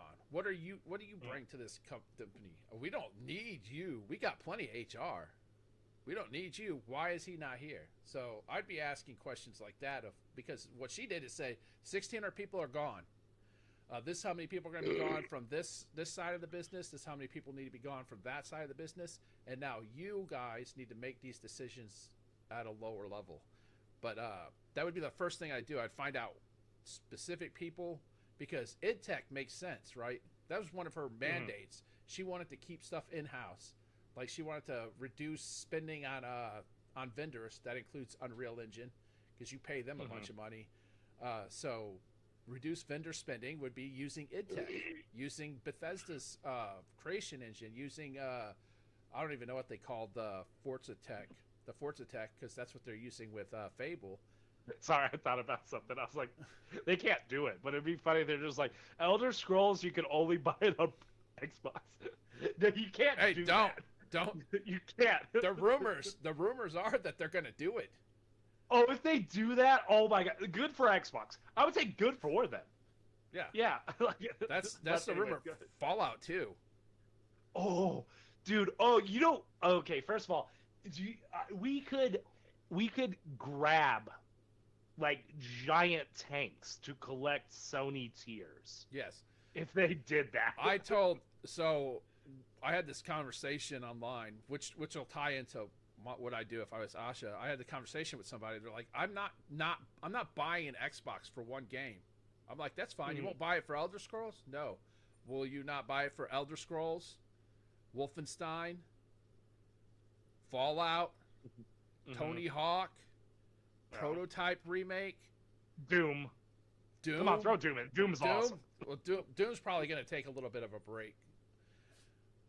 Dark Ages looks cool. Dark Ages looks cool. So if all of a sudden you got to go to Xbox or PC for all of these, as far as they're concerned, if you come to PC, you're leaving their competitor, and then because Microsoft has a store on PC, you might be like, oh, I could just spend fucking $12 or $13 a month and get Game Pass PC, and now you didn't mean to, but now you're on Xbox. Yeah. So, no, and here, you know what I want to see? And you're gonna be like, this is, and like you can stop me if I'm incorrect about like licensing or whatever. You get like if you would do what I explain, but like do a Blinks game. Yeah. Surprise I think that would actually do something. Fusion Frenzy, do that. Do stuff like that. Bring back some of these things, these IPs, like the nostalgia factor, but actually do a new game. Do something interesting. Take some risks on like bringing back, like, dude, small stuff like that you could do. Just put like a 10-man team on it. Yeah. And throw it on game. Do exactly what they did with Grounded. Throw it on early access. If people are like, "Oh, this is cool," like they did with Grounded, all of a sudden, you've got a built-in community, and people are paying for it. People buy it. Oh yeah, no. So here's the thing: if they do that, if they do like some of the smaller things, then hit them hard. Yeah. I don't know if they're allowed to do this, so you could correct me if they're not. Hit them hard. like 2030, Banjo-Kazooie, new fucking game. New fucking game. Have a dedicated large team that actually like put it on Unreal, whatever. Actually take the time to get back that, because like Sea of Thieves is not just doing it. So do Banjo and Kazooie, and like you could actually pull. Like I'm a big Nintendo guy, and if they were like Banjo Kazooie, new game, dedicated team, bring out the team on stage and like show that. Wait, put Toys for Bob on it. They're doing a Spyro game. Yeah. As soon as they're finished with the Spyro game, have them hook up with the Banjo-Kazooie game. They'd fucking love that. So do that and like just be like, we're not just trying to hit your nostalgia. We are creating a adventure platformer that you want to fucking see. We're actually taking this seriously as we do with a AAA game. This is a AAA platformer like Banjo and Kazooie game. You're going to get a big market from that. Not only the nostalgia, but you're going to get platformers. Look what Astrobot did. It won Game of the Year. Astrobot was fucking awesome. I have not played it. I want to play it. I've not got around to it. But Astrobot looks amazing. I do want to play it. I keep forgetting about it. But, like, no, do that. Because I know there were some of my friends that, like, I'm big into the Mario shit. There were some of my friends that were like, yeah, no, I bought a PlayStation just for Astrobot. I'm not kidding. There are those people there because they're like, there's games that I want to buy a PlayStation, but like there are single games that make people like, because you know why I bought a PS5? We all know why you bought a PS5. Death Stranding 2, yeah, Death Stranding 2. I literally bought a PS5. So if you like, Death Stranding's so niche, but like if you get like Banjo and Kazooie, you will get a wide audience that are like, holy fucking shit. Because when Smash knew that they were like, we can, like, because they bring stuff over, like when they brought over Solid Snake, when they brought over Cloud, they brought some new people into Smash because of it. So like when they announced Banjo-Kazooie for Smash, there were people that were foaming at the mouth for that. So just do it. Just make the game. You have the rights, I'm pretty sure. Yeah, and they do have the rights. And what they should do immediately is throw a 10, 12, 15-man team on remaking it. It doesn't even have to be like a it does not need have a small team. Just have a tiny team. Throw them on a remake because Toys for Bob is going to be who does it, right? If it's not Toys for Bob, it's a mistake. They're working on Spyro.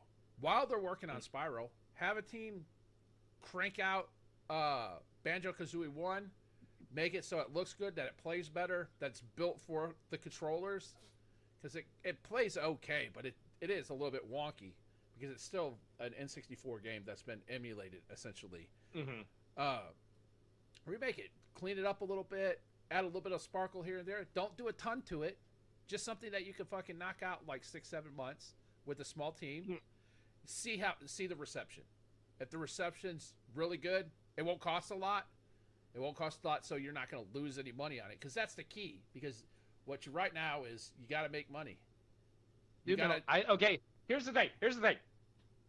You call me a dreamer. Here's the thing. I don't think that marketing strategy, and I'm putting on my capitalist hat here, I don't think that marketing strategy works. I think that's dog shit. I think the better strategy is, don't count on, let's see what they think. It's Banjo and fucking Kazooie. No, you're making the new game, right? You're making a new game, but it's going to be. Don't do the remake. No, do the remake after. Wait, oh my god, dude! Like, no, hold on. Can I tell you? It doesn't work. Let me tell you my plan. It does not work. Let me tell you my plan. Who bought Metroid 4? Wait, no. Answer me that question. Who bought Metroid 4? I don't know. Was it everyone that loved the remake, or was it Metroid fans? Metroid fans. Exactly. No one that liked the remake bought Metroid 4. Nobody. Nobody. Can I explain my marketing plan? Go ahead. It's bad. Go ahead. I don't think it's bad. Here's my marketing. It is bad. They've done it. It's tried and tested, and it does not work. Because they did this with Ninja Gaiden 4. and more people bought the Listen, so you announced Okay. a new game. You announced a new game. You're like, all right, Toys for Bob is working on a brand new Banjo-Kazooie at the event, whatever event they choose to do it at, and they said, but for those of you who don't want to wait, we got Banjo-Kazooie 1. We've remade it. It plays and feels the same as the old Banjo, and fucking you can play that right now. Day one Game Pass, and then they sell it for like $10, $15, and put it on the Switch. First of all, put it on the Switch. Okay, so okay, but the new game doesn't get to come on the Switch too. No, okay, that will make less people buy it because you're gonna make a certain audience mad. So here's what you do instead. Wait. Here's what you do instead. You don't go, hey, count on this remake that you could play this remake, and you go, well, I play this and it doesn't feel like a AAA game, so my expectations is that I want this new game that should be AAA, so we're gonna hound on this game that doesn't have as much because it's not worked on as hard. Instead, introduce it as a new game. Don't put the tagline, like, dude, it's like doing Ground Zeroes before doing Phantom Pain.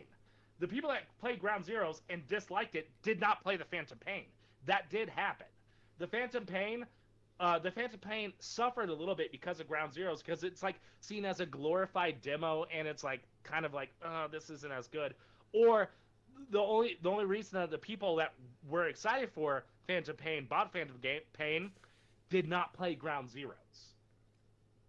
Hideo Kojima, I love him to death. I say he could do no wrong. He could scan my feed any day. That was a mistake doing Ground Zeroes. Don't do that. Don't remake it. If you want to remake it after, that's fine. You don't need to see what the reception is. Give it as a freebie? No, not even as a freebie. Don't do it. Don't do it. No, just make a new game. Put it in the game. Put it in the game. So as you're playing the game, that's fine. Yeah. Put it in the game, That's so you can fine. actually be in the game and you can play it. Did you see the guy who modded GTA? So you could play GTA 1 and 2 and GTA 3, or GTA. You can play GTA 3 and Vice City inside San Andreas. There's like a TV you can sit down and play the games on. Yeah, no, it's like sort of what they did with Crash Bandicoot and Uncharted 4. Yeah. Even though it was like just a section. Instead, you get to play the full game. I do get that. But like, dude, like I'm just telling you, this like remake before the new game strategy, it's not paying off. Stop doing it. Metroid, Metroid, it was one of those things where they played the remake, they're like, this remake's great, and then the people saw the new one, and it was almost DOA. Metroid 4, first of all, I wanted that to be good. I paid money for it. I really wanted it to be good. That game fucking sucked. But even, like, it wasn't the remake that made me buy it. It's that I liked Metroid.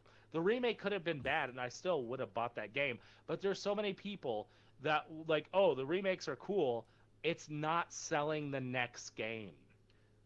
Like, remakes, remasters do not sell the next game. That's not how that works. There's going to be a small audience, but it's not a bigger, over-encompassing scope that this remake strategy is going to sell games. So I'm completely against the remake to getting the new game strategy. I think it sucks. Remake it after. But let your game stand alone. Let Spider-Man be in a movie without Iron Man. People are still going to get it. They don't need to see Iron Man in the movie. You get what I mean? They don't need to see Doom. Wait, Dune or Doom? Doom. Okay, Doom doesn't need to show up in the movie. I see your point. No, but like, okay, before the big new Doom release, did they go, hey, we got to remake the original Doom before we make this Doom? Just let your game stand on its own. Iron Man's not the best Avenger. The best Avenger is Wolverine. He's not an Avenger. Yeah, he was the new Avengers. No, the new Fantastic Four is also the best. Wolverine's the best Fantastic Four ever too. Okay, are you like okay? So you can only say this. You do so you think Wolverine is an Avenger, right? He was for what? That was it? What was the team called? Okay, so is Spider-Man a member of the Fantastic Four? He was part of that new Fantastic Four, right? Him, Ghost No, Rider, no. Hulk, and Wolverine, right? No. I'm talking about when Johnny died. When Johnny died, and Spider-Man was the fourth member replacing Johnny for a little bit. Does that make him a member of the Fantastic Four? No. It makes him a sub. That's not a member. Wolverine is not an Avenger. Spider-Man's not an Avenger either. They're both Fantastic Four members now. Okay, I'm gonna go pee on that. you can entertain the masses while I'm gone. All right, masses. What do you want to hear? Women don't deserve voting rights. I think we need to repeal the 14th. Is it the 14th? No, I can't remember which one it was. Women voting rights amendment. The 19th. We need to repeal the 19th Amendment. We don't want to. The 14th is not a. We don't want to need to repeal the 14th. I think the 14th is.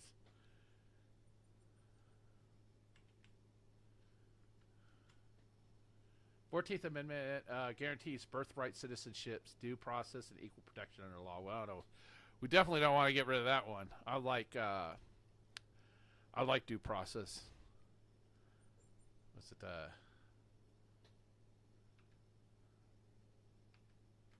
Leave you fucking assholes alone for a second. And you're talking about repealing the women's rights.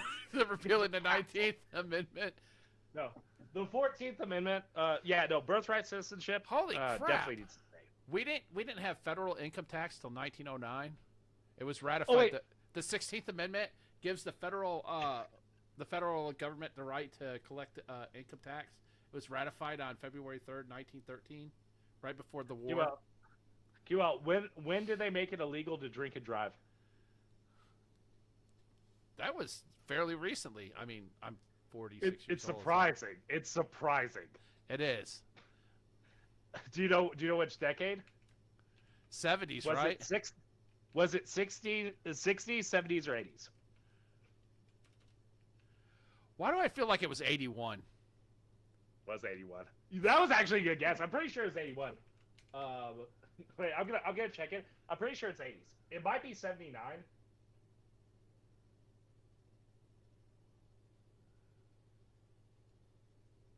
Let me check. Yeah, no, it was the 80s. It was the 80s. All states adopted it by 1988, bro. What the fuck? Yeah, it was the 80s. That's crazy. New Jersey passed it in 1906, though. Oh yeah, no, well, yeah. We're talking like overall, nationwide. The whole nationwide. No, it's like Crackle Barrel. I say this joke all the time. Crackle Barrel talked about like we have been a diverse restaurant since way too late. Stop bragging about it. They're like it was like 80 or 70 something, and it's like too late. Too late. What was it? It was the skit. It was the skit about what was it? Alabama. They're like, oh, finally, we have black players. Shay knows no, it. It's Shay like 76, bro. We went to the moon already. They're like, they're all like, roll tide, and they see that they're like, ooh, no. Holy shit, dude!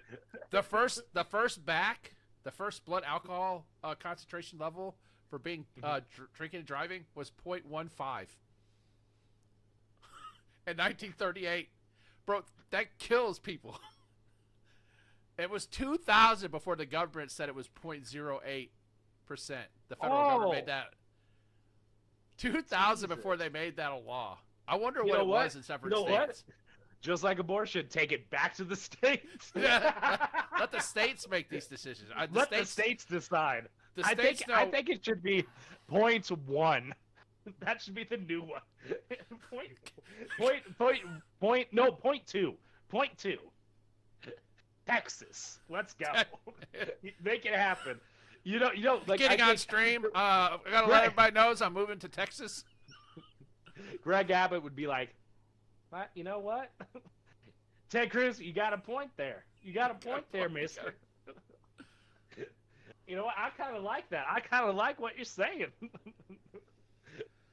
I'm not saying you're always right, but on this specific one, I think I can agree with this. Point two. This is for common folk. Who's ever been to Chili's? Let me tell you something. Who's been to Chili's? Point two. That's just a regular night at Chili's. Hold on. More than that. Ooh, we're gonna get you. All right. Highest blood alcohol content ever recorded in a survivor is 1.374%. A 40-year-old Polish man was found unconscious in 2013. Alive. Wait, am I not allowed to say? Wait, am I not allowed to say the term Polak? Is that bad now? I think Polish are white people. You can call them whatever you want, probably. Oh yeah, no, that's true. Wait. Okay, wait. QL, here's an important question: Are Italians white people? He has to think. No, they're white.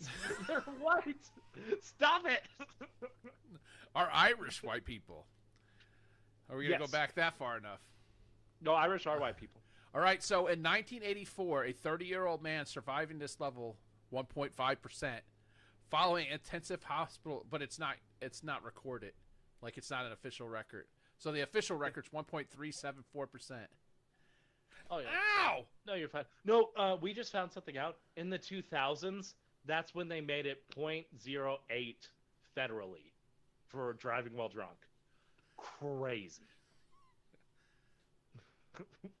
Stop biting me! Roar! See, look at my cat. That's why I like my cat. My cat, low in it. Occasionally she'll come up and sit on my lap. It doesn't bother me unless I'm wearing shorts. Then she comes up and claws the shit out of me, and I'm like, okay, that's fine. Still better than a dog. I can't stand dogs. I got all my dogs are outside. They got jobs. They guard my yard. Jobs. You know my fear of dogs, right? I did not know you were afraid. Like, no, even of small dogs? No, medium to large. I have an actual phobia of dogs. I got chewed up. My mom got chewed up pretty bad by a Doberman Pinscher. Dude, and when I lived in Illinois, like I work with lawn care and stuff like that, there was a fucking Mastiff Chow Mix. Oh my god, bro. Scared the fuck out of me. I was like, you got a lion for a pet. Fuck you. That should be illegal. Oh, wait, we got Magnum here. He's not showing up as actually doing anything. Yeah, Anytime you want to join the... Oh, there we go. There we go. We're here. What happened at 7 o'clock, buddy? No, joking. Nah, I ain't gonna hold you. I fell asleep, bro. I had some food, right? No, but like, and then I had too much. You came in at perfect timing. We just got done with our technical difficulties. Yeah, I heard Coelho over here telling people they shouldn't vote, wondering what the fuck it was, the 14th and the 19th Amendment. I heard all that. That's when shit. I stepped away. See, that's what happens when I step away, man. That's what happened. No. We actually. Let's start it spicy. You know how I like to do. You said some stupid shit too, talking about some. Oh no, they shouldn't make remakes before the new game. Let's talk some shit. Oh, okay. No, wait. Actually, wait. Let me turn up your voice. You want to say that my idea is wrong? You're what's wrong. Like this remake mentality is dog shit. Oh, we need a remake to like fucking bump up our sales. No, that's not a thing. It does not work. Now, you listen to the light-skinned people there. I'm not really. Yeah, it's like, shut up. Yeah, the reason why they make the fit, like too many times what I guess is beneficial for them was, I guess they get like, what was it, Warhammer? Mm-hmm. Did Warhammer come out prior? Like they do that type of shit. I guess to get low sales to make up, get some money for the production. It is literally just it's bad marketing. It is 100% bad marketing because like the people that play these like half-baked ports, remakes, remastered are not buying the next game. They're like, oh, we'll get them if they're like discounted, but like it's not gonna get them to buy the next game. I think it's a bad marketing ploy. To me, I see it as fan service as a way to generate money. They Yes, drop but it doesn't work. I can't say that because I see why do you think it doesn't work? Here's why it doesn't work. Because I explained this earlier. It's good if you just want to make a quick buck. It's not going to sell the new game. This doesn't boost the new game. If anything, it may deter people because they're playing a half-baked game versus a full-ass AAA experience. So it shoots them. They shoot themselves in the foot. Like, let's keep it with banjo now. Fuck it. For me, I think that'd be perfect. No, to be honest, like it won't. It half baked. I don't. It wouldn't be half baked. It would just be fucking an upgraded version of banjo. These motherfuckers who claim to love banjo, they'll fucking play it. Shit, look, we're all playing fucking Halo. We bought that shit like 4 times, and I would argue that this shit is half baked, which I will very soon. Okay, but okay, so the normie audience. Okay, so this version of Halo, like my wife or whatever, my wife, if she played that without me or whatever, played that, do you think her having fun playing that is gonna make her buy Halo 7? No, but it would get her into Halo. But you just proved you unknowingly just conceded to my point. No, I didn't. That's for the new customers. This is for fan. Well, I can't even say that because this is really for PS5 players. There's a whole bunch of 360 people who are on the PlayStation Network now, and yeah, they're trying to get, or they were under Phil, trying to get Halo ingratiated with PlayStation fans so they can move the whole franchise over there. Sorry, I saw a stupid comment. Yeah. So I can't. But this is kind of like a half and half because yeah, it's fan service, but I would say it's fan service because of the anniversary, but it's also on the PS5 so that they could garner new customers and to satisfy the 360 customers that mainly jump ship to the PlayStation system after 360. So it's a half and half. But yeah, no, but like it's such a low market. Like the sales are not like they're not getting numbers over there on PS5. So it's like I gotta wait and see what it does. Yeah, I've been waiting to see news. You're gonna be waiting 2 years. PlayStation doesn't release their numbers, but also I would guarantee almost it's not doing numbers over there, and this is not gonna prop up Halo 7. So this is just to remember. Like, sorry, go ahead. Remember the goal is not to prop up Halo 7. It's to prop up these other like remakes or whatever. So you're propping up a similar product. You're not using a lesser product to prop up a great product. You get what I mean? I kind of do, but I still wholeheartedly disagree because this is essentially to get money from the fans while they're waiting, giving them something. Okay, but that's not my point. So you're arguing with my point of making remakes. Okay. Your point isn't the whole fucking argument. I'm saying that the remakes are good because of the fact that they satisfy fans that's been waiting there. Clearly, there's millions of fans in all these, whatever franchise we're going to go from Warhammer, the Metroid, whatever the fuck we're going to go to. There's millions of fans who are waiting. You make the game. It's very cheap because the game's already made. You just fucking boost the graphics and the resolution, whatever. All right, the gameplay mechanics you don't even really fuck with. And then you give them that fan service, you get the money, and that money helps generate or make it easier to develop the next game. It's not about getting people. It's someone plays that game and they're like, okay, I play. Oh, now I see the hype. I cool, but it's really there to generate money from your loyal fan base that you already created to get money for the new game. So. Me, you see it as a new game advertisement, like an advertisement for the new game. That's partially it. But for me, most of it is about what I said before. Yes. No. Okay. So in that regard, I agree with you. But if if you were arguing with what my point was, then I'd be like, you're wrong, but you're not. So in this kind of form, you're just shadow boxing because you're not arguing my point. You're just making a different point. So I do agree with you. I do agree with you. If you want to make money to develop the new game, that is a way to go about it. But you're not going to get more sales from a remake. That's my argument. More sales of the new game, of the new game specifically. Not sales in general, but of the new game from a remake. Sorry. I generally agree. But let me ask you with this.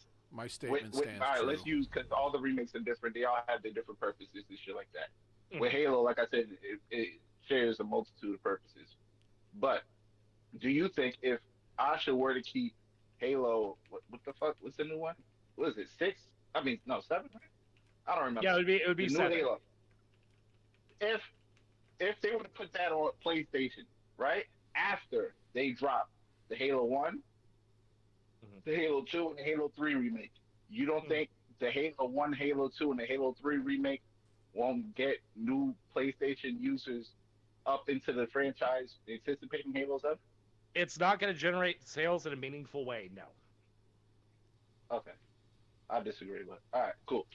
No problem. No, in a meaningful way. It's going to be a small margin, and if that's your point to remake these games to bolster 7, that's not going to pan out well. It's better to let the game sell itself than to put remakes in to sell a game. That I don't think remakes of older games to bolster up something new. Just let the new thing stand on its own. That's a better marketing strategy. So like if they were like, oh, Magnum, in your mind, which one will work better? Releasing and trying to sell the new Banjo and Kazooie, or making a remake and selling next the new Banjo and Kazooie? Which one do you think's better? It depends on what's going on. It depends. For me, I would always make a remake, depending, again, on how big the team is. Because you don't want to put too many resources into that. How easy the port is of the old game. If it's a very easy port, that would take, I don't know, like 10 people out of your fucking studio or whatever to make the port or to make the remake and simultaneously develop the new game in the background, I'll take that every day, personally. Okay. So why didn't Metroid Prime 4 sell more than Metroid Prime Remastered? I don't know. I don't know. Because they put the remake there. That's your ace in the hole. Put a remake. It doesn't work. But I'm telling you. No. But the court, no, that doesn't mean it doesn't work. What would determine if it works is how many sales did the Metroid Prime remake get, and how much money was that able to generate for the development of the new Metroid. That's the answer I need. Okay, that's a separate conversation. That's a separate conversation. The conversation is bolstering the new game, because like that's what QL said. His sales strategy is making remakes to sell the new game. These remakes do not sell the new game. Just let the new game sell itself. When we got Perfect Dark Zero, I would have bought that game. I don't need a Perfect Dark Zero remake before buying Perfect Dark Zero. I would probably opt out of the remake and just buy Perfect Dark Zero. I don't need the remake to sell the game. Okay, yeah, all right. Fuck Coel's argument, because I'm not jumping on Coel's argument. He's the same person who said, Halo, do you see me? I just dog walked Magnum. No, I'm joking. You damn sure did. Coel last time his argument was Halo 5 should have been in what was that, pre-release or something like that? Oh, that yeah. I'm trying to remember what it was called. It was called early access. Early access. Yeah, early access. That was Halo Infinite's multiplayer I was talking about, by the way. To me, that's like, oh, okay, but yeah, they had a beta for that, actually, didn't they? They had a beta a couple months before. But anyway, it was also free. Yeah, it was free. Yeah, it was. I only said early access for mentality's sake. I agree with the overall person. Huh? I only said because remember it's free, so it don't matter. But if you just say, hey, this is early access, that gives you runway. That's all I was saying. It gives you, in the eye of perception became reality. The perception was this is the next multiplayer game. This is the next big multiplayer game. And then when people are like, there's no content coming for this fucking game, then you have the reality from the perception switch to this fucking game sucks. Even though everybody loved the game when it came out, the multiplayer game, because there was no content. If you just nudge the perception over just a little bit, the perception of the reality becomes, hey, they just gave us this shit, wasn't even ready. This is pre-release. Hey, check this fucking game out. We're gonna work on it. You guys tell us what we like and what you don't like, and then the perception changes. That's all I was saying. It was free because it didn't matter regardless because it was free. I was just saying putting it in early access would change the perception of how you looked at the game, and that would have gave them a little bit of extra time to put out content. All right. But yeah. I think as a socialist, I'm a better capitalist. That's all I'm saying. That's because you expect us to be crony capitalists and we're not. As a socialist, you can do crony capitalism better than anyone. Like, I know what crony capitalism looks like. Let me show you. This game will sell on itself, or everyone's fired. I know. Stand on your own, or don't stand at all. Throw them in the lake. See if you can swim. No, I'm just I will still just say like oh yeah, wait, Magnum, have you played, like, we haven't even asked him the question. Have you played CE? Yeah, of course. What are your thoughts? Oh, wait. Don't you fucking do that. Oh my god. Wait, what, me? What did I do? Oh my fucking god. Yo, you just fucking, ew. Halo What did I CE. do? Disrespectful new age motherfucking Halo. I'm thinking you talk about fucking Combat Evolved when you said that shit. No, I said CE. The only thing that they're calling it, they're calling it CE. Yeah, oh man, fuck that. That's what everyone will always know it as, is CE. Oh, when you say CE, everyone's gonna think Campaign Evolved. No, everyone who's not a fucking fan. I knew that would make him mad. I knew that would make him mad. I'm like, of course I played Halo CE. Like, wait, hold on, this shit can't be. Oh hell no. Yeah, all right. So this is perfect to get into fucking Halo 5 because. All right, guys. I've been raging all week for you guys listening. I don't know why you are, but appreciate you. Like this shit, honestly, like, all right. In terms of gameplay,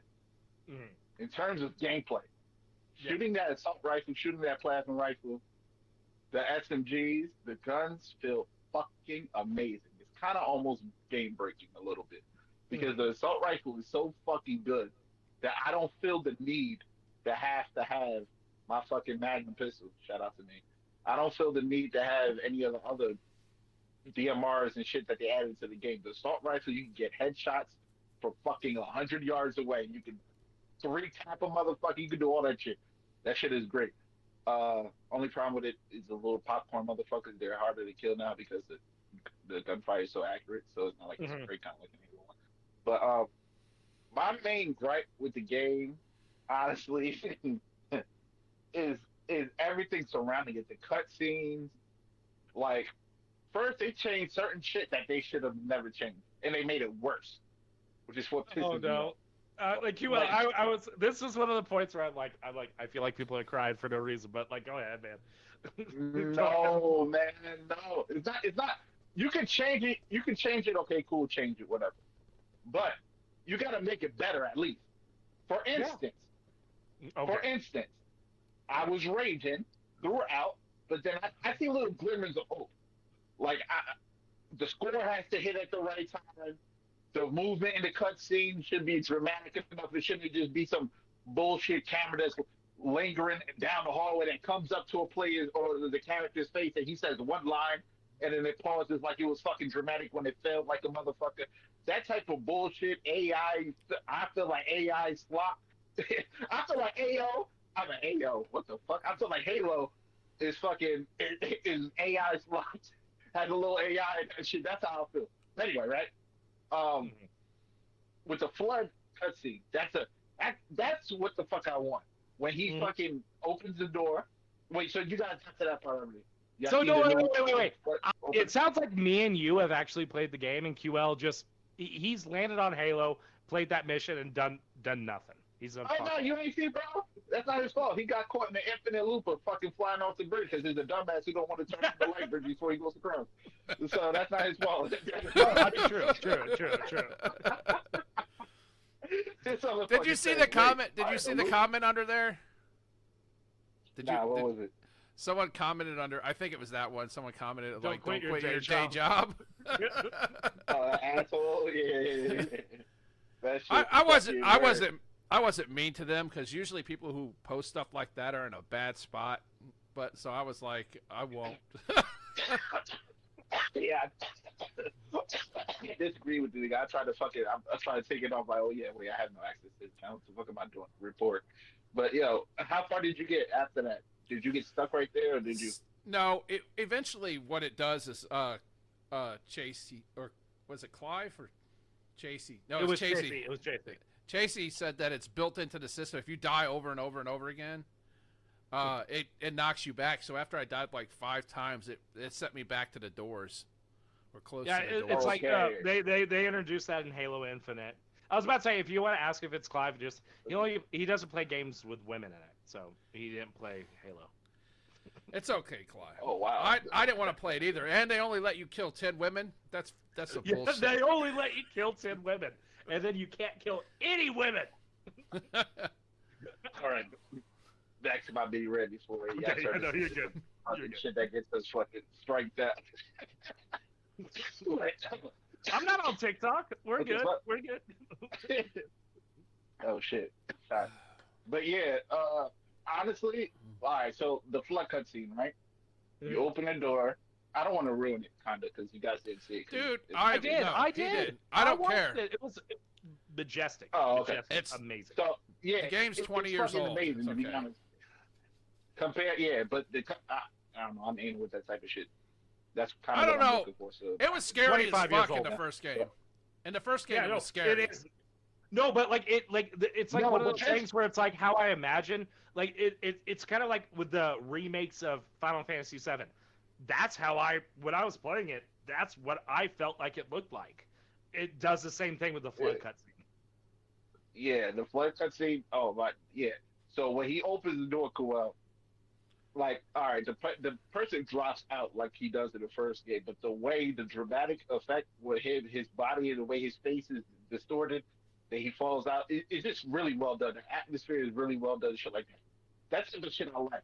But the cutscene, the original cutscene where Halo goes talk to Keys in the brig or whatever the fuck, or in the ship, whatever the fuck they are, and he's fucking like the different cuts and the way the music would turn on premature, like the way they produced that and cut that up is de-evolved. Campaign evolved and Dave Show got de-evolved in my opinion. That's throughout the game. Like there's a lot of shit that they took out that didn't make sense to take out in my opinion. But there's a lot of shit that was added because of the new engine. Like the atmosphere that we was talking about. Like that flood room that after the cutscene is fucking scary and amazing as fucking hell. Like that shit is really kind of like that shit gives you some type of vibes. But at the same time, that should piss me off too, because I love running the Halo. Halo should, of course, a fucking Spartan should be able to run. Who the fuck would argue against that? I don't give a fuck how it is originally. But then you play that mission, and I'm on Legendary, by the way, playing solo. You're on that mission, like fucking 20 motherfuckers after you kill all the popcorn, the last 2 doors, the door that you just came out of, and the one that's to the left of it pops, and there's like fucking 20 of those fucking elite and humans that got turned into and all that other shit. And I'm getting fucked up, and I'm like, you know what? I'm gonna run. So you know what I did? I ran through that whole fucking level. Ran through the whole level. Now, the only time they were able to attack me is when I'm somewhat still and they do that little jump, but they always miss because by the time they land, I'm halfway down the fucking block. All right? So, like, there's certain shit that's fucking, that UE5 makes amazing, and adding run isn't UE5. You can do that in engine, of course. But adding that, it feels amazing, but it honestly breaks the game. It No, really does. I disagree. Okay, It, here's why I disagree. uh, Um, it's your first confrontation with the flood. I think in that moment, it's okay to run past everything. I am a baby though, so when I got to that part of the game, I was like screaming, and freaking out. My wife and Chasey were actually fighting them. I was just running, and I was the one that was right. They were just dying constantly. I just ran through the whole thing, screaming, pissing my pants, and I got out. But then when we got to the more parts where there is combat and you have to do the waves, I was okay to do it. I feel like it is like, and I might be coping. You could say I'm coping. I feel like it's like almost intentional design where you can just kind of move through that shit because it's not the idea of the actual confronting the flood and fighting them. I think it's the horror element of just being like, holy shit, what is this undead force that's coming after us? That's where I think that actually is great to have sprints and shit like that in it. Like it was awesome. I feel like it was great. for me, with that point you just said, I was 100% disagree. I'm at 75. The reason being is the original intent of that scene is for you to fight those motherfuckers while you're going through. That's why they had you walking slow. Okay. That's why they had them cut this shit. That's But why they had really, them jump. you're really badass if you hold do on, it. hold Even on, in hold the on. original. Yeah, Sorry, I'm cutting you off. My bad. yeah, no, you good. But yeah, the original intent for them is for you to fight that shit. That's why it was somewhat jarring, very jarring, in my opinion. But the reason why I say I give you 25% is because, unfortunately, my main gripe with this game is that this is not even, not even Halo Studios version of whatever this is. This is whatever those fucking temp workers or whatever studio Yeah. they shipped this shit off to work because Halo Studios didn't do this shit. This was a independent or third party studio, whatever the fuck you want to call it. Mm. So because it's their interpretation of it, I guess They take some liberties. yeah, they take some liberties, and that could be an angle that they use. I fucking despise that shit. I despise that shit to my core. But I like it. I could understand that. I could understand that. I give you 25%.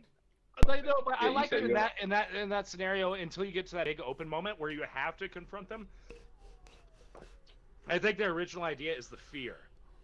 Like this is like an unstoppable force, and if you are a badass fucking gamer that like can have dry pants in like the ultimate horror situation and fight them, good for you, and that's awesome. It's like that optional boss fight. That's cool, but like I feel like the main intent is run and gun and get the fuck out of there, scream, like like you're gonna notice that wet spot in your chair, but you're gonna be pushing through. Danny and fucking Chase were fighting them. I was running and I was screaming, and I feel like that's also kind of fun too. Where I'm like running and screaming, freaking out. I'm just like, God damn, this is a lot. This is a lot. This is a lot that they're presenting me, and visually, it was meant to be a lot. So I do get what you're saying. Like the ability to run past stuff is not good. Like where you could just like avoid conflicts because that would be like how I felt about Claire Obscura and the end of Claire Obscura. You could kind of just push past a lot of the enemies that you don't have to even fight them. You don't have to fight any enemies. I feel like that was kind of lame where it's just like it should be a lot of build up to the final climax of the game, but you could just walk by them and then just go to the end of the game. That felt weird, so I understand your argument. Yeah, and to be honest, I only did that because I was a bitch. I got to go back and try that shit because there was literally on fucking Legendary like 20 of those main big hosts, flood hosts that I had to fight at the same time swarming. I was like, oh hell no. But that kind of that's another little gripe I have too. Like the shit that they changed, they personally they shouldn't have changed. Like okay, you crash on Halo, everyone knows the big scene. The fucking Yeah. the Covenant comes, they drop off the dropship, you fuck them up, or you leave before they come, and you do whatever you do. But of course, when you leave, they want you to see that major a backdrop of Halo in the background when you go over the bridge. Fucking amazing scene in Halo, 100%, right? Well, Yeah. guess what? First time I landed on Halo, fucking around with the game, of course, played a million times. I run over there where the skull's supposed to be. It's not because they changed it like assholes. And then once you once you go to the fucking rock that's right there, conveniently, guess what you could fucking do? You What? just could jump up on the rocks and skip that whole fucking section. So you don't see the major Halo backdrop over the little metal little fucking not bridge, but whatever the fuck that shit is going across. You just skip that whole shit. You even skip the Banshees when the Banshees come down. You go But straight to where but you go that's not straight to where you intended. would fight. That's not made to But be intended. that's my problem though. You can't. You ain't. At You're least getting, I, wait, from are you what I getting know, mad at glitches? Or but like you're it's mad not. at like But that's the thing. It's not a. It's not. It's not a glitch because if not what in you're Halo supposed to they don't do. have. But that's the thing. They allow you to do whatever. There's no fucking direction. This is what I'm saying. No, When they but are change you the shit. mad that you can ride horses up a mountain in Skyrim? No. Listen. The rocks that are right by the fucking skull. All right. In Halo 1, you can't climb them shit. You can't climb them shit. From Dude, what I know, you you are can't like, climb them shit like at all. you are getting mad In at this something game- that was No, not like I'm an option. no, It's just something you found. okay, but that's what I'm saying. It wasn't an option for a reason because they wanted to guide you to see that set piece. In this game, they put rocks where you can simply not no gamify. I gotta go on this little Okay, was it corner and jump up. intentional though? Was it intentional? I don't know, but that's my problem with it because the intention of the creators, the original creators, were for you to see that set piece. That's why they created that little set piece was for you to fucking see it. All Would right? you But would you in feel this better if those interpretation, there were invisible walls that made you not be able to climb that rock? I would feel better if you didn't place rocks there that allows the player to just simply jump over without second thought. Okay, it's not like I want to break the game. I want to see if I can pass this section. This looks like a legit way of getting to where the fuck I need to go. Dude, And you're in the first shouting game, at it's clouds like at this point. I feel like you're shouting at clouds. And after, I'm not shouting at no clouds. Okay, fuck that. You kind All of right. are, man. I don't think you can't say, like, well, at least you didn't say that they intentionally put those rocks. Can you say that you know for sure they intentionally put those rocks so you No, didn't I'm not have to? saying that. But Okay. Okay. All right. They intentionally put those rocks because those rocks weren't there in Halo 1. So Oh, they wait, put them there. For whatever fucking reason they want to put them there, I don't know. But conveniently, I can go up those rocks and skip that whole section, which is the whole fucking problem with this section, all right? My brother, you became Kotaku. You just became Kotaku, No, complaining about puddles in Spider-Man PS4. No, this You is not- kind of this just is did. not puddles. This is not fucking reflection. These It are not is. fucking reflections that I don't give a fuck about. It's This such a is about small the intent. thing. No, it's a big thing. This is the problem with you fucking corporate ass motherfuckers. All right? I'm not So people corporate. give a fuck. You are in this instant, motherfucker. All right. I'm shilling for. You think I'm shilling for Microsoft? When have I ever shilled for Microsoft? You know me. You're not. Listen. The intent. This is the whole problem I'm having with this. The core intent to what the fuck they did. All right, and I'm arguing in many It's intentional. instances. You have to argue it's intentional. I don't have to argue it's intentional. I don't have to.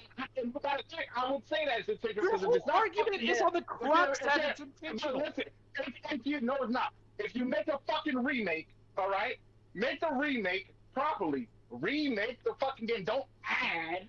All right. This is what I'm saying. I don't know if it's intentional. I lean towards intentional. You're mad at rocks, brother. You're mad at rocks. Yeah.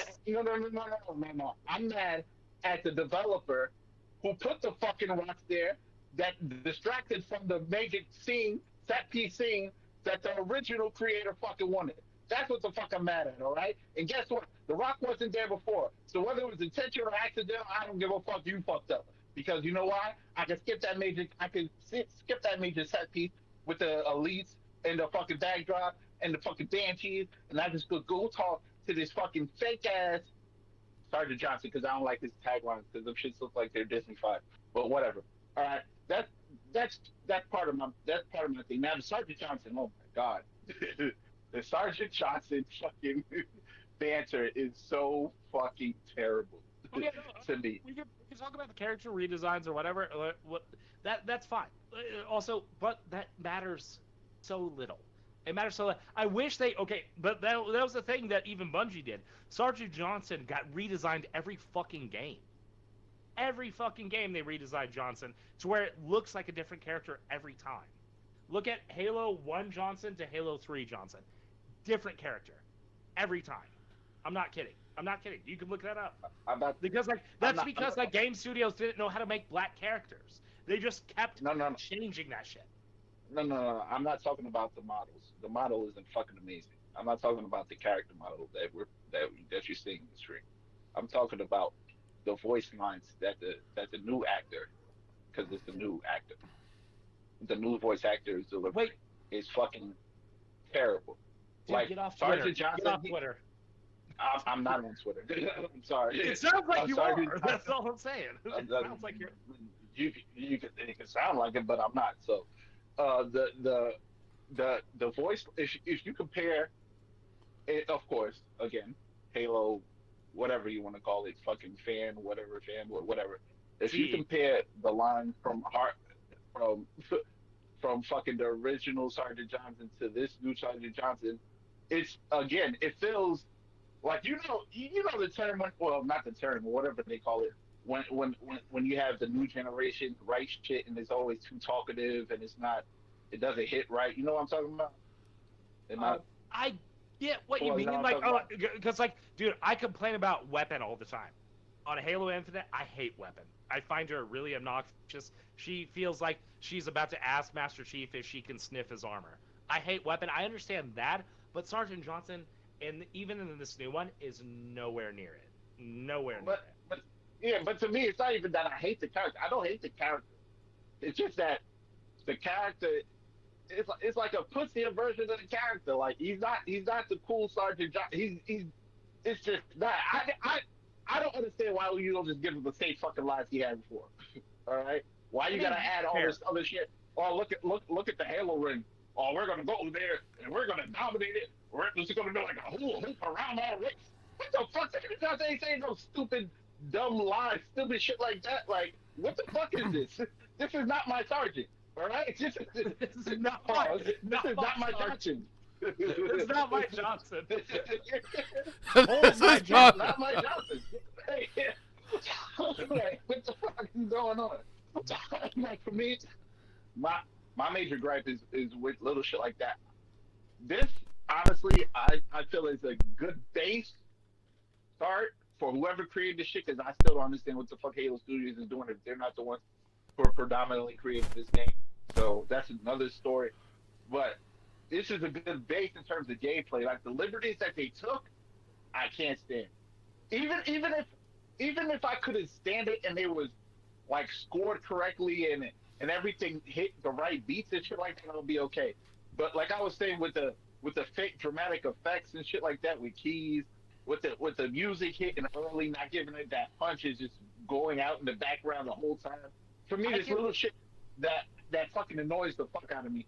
I can agree with you that the cutscenes. I feel like the cutscenes are not doing it as well. Like, on a performance level, I absolutely agree.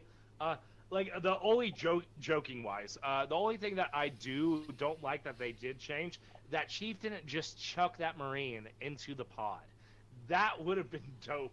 I talked to you about that. It's like he gently like placed him. I was like, Chief would just like fucking chuck him and go in there. It's like, Matter of fact, that's another thing I didn't like. The fact that, and I get it, but they better not take this route with the major Halos and shit like that. Like the way they did the cutscenes with it all being CGI or whatever. Like, I liked it when it was game assets and shit like that. Real time cutscenes. Real time. Yeah. Exactly. Running with the gun that you had, the Marines you had, and shit like that.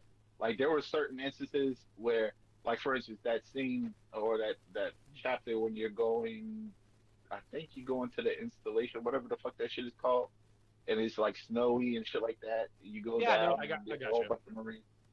Like, I fucking did that shit 30 times on fucking Legendary so I could try to save those 3 or 4 Marines that are fighting, because it takes a little time to get over there, even with Sprint. I saved 2. A whole bunch of other Marines come down. Some of them died in some runs because one asshole went behind a rock and I was shooting little golf shit and he killed him. So I restarted. I eventually got most of the Marines down to the end, and at the end of the cutscene, like, I don't get rewarded for it. All you see is like 2 Marines going in, like, shit like that pisses me off. The fact that the title's green, is I wouldn't mad that it is the way it is, but it just looks so fucking bad. Like it's like you see decompression all over that title screen. It's stuttering. It's like, why the fuck are you got like why? But Okay, I get it. I guess. Gameplay wise, did anything get in the way of you having fun with the game? Oh, not yeah. Wait, what? Fun with What? the game? No. I'm gonna say that. Like I said, the gameplay itself, the shooting the guns. But let's talk about strictly shooting the guns. The shooting the guns, no matter what weapon you have, is fucking. It hits. It hits amazingly. It almost feels like again, Doom, like a little bit, like more like Doom, where it's like the guns have more weight. The SMG is my favorite weapon. SMG is way better.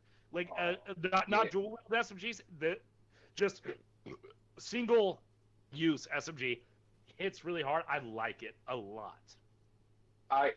My favorite weapon is the assault rifle because of the many different uses. You could hit them with the green plasma shot and get those headshots with that. Like I think It disables vehicles, which is new to this too, which I think that's cool. Like what is there anything that's added to the game that you're like, oh, it gets in the way of me having fun in gameplay? Oh, in gameplay, no. What I could say, like I said originally, the only it's not an issue. It's just a byproduct of the assault rifle being so good that you really don't need to pick up any other weapon. I disagree with that. I use a lot of different weapons. I love that the BR is in there. I love that SMG being in there. Energy sword's cool. Like I use the fuel rod cannon. It's great. Like I use a lot of different weapons. That was great, but in the Halo 1, they all had their uses. For instance, like you say you like the SMG. For me personally, the only time I liked the SMG or I used it really was when I was fighting those little popcorns in the they're easier to kill. SMG wasn't in Halo 1. Yeah, I know, but that's what I'm saying. They're easier to kill. Yeah, I know, exactly. They're easier to kill, but that's so that's a use, right? Yeah, no. It is a use. So that's what I'm saying. I kind of like that. I kind of like that. But yeah, overall, yeah, it's fucking amazing to be honest. The assault rifle again. I can't sing enough praises with that fucking assault rifle. That assault rifle is the assault rifle I always imagined it was supposed to be. So they if anything, it sounds like they Nintendofied the game. They made it fun. yeah. In terms, that's all. Yeah, the game itself is there was something about the gameplay, but it don't matter. The gameplay, just shooting the guns and shit like that itself is good.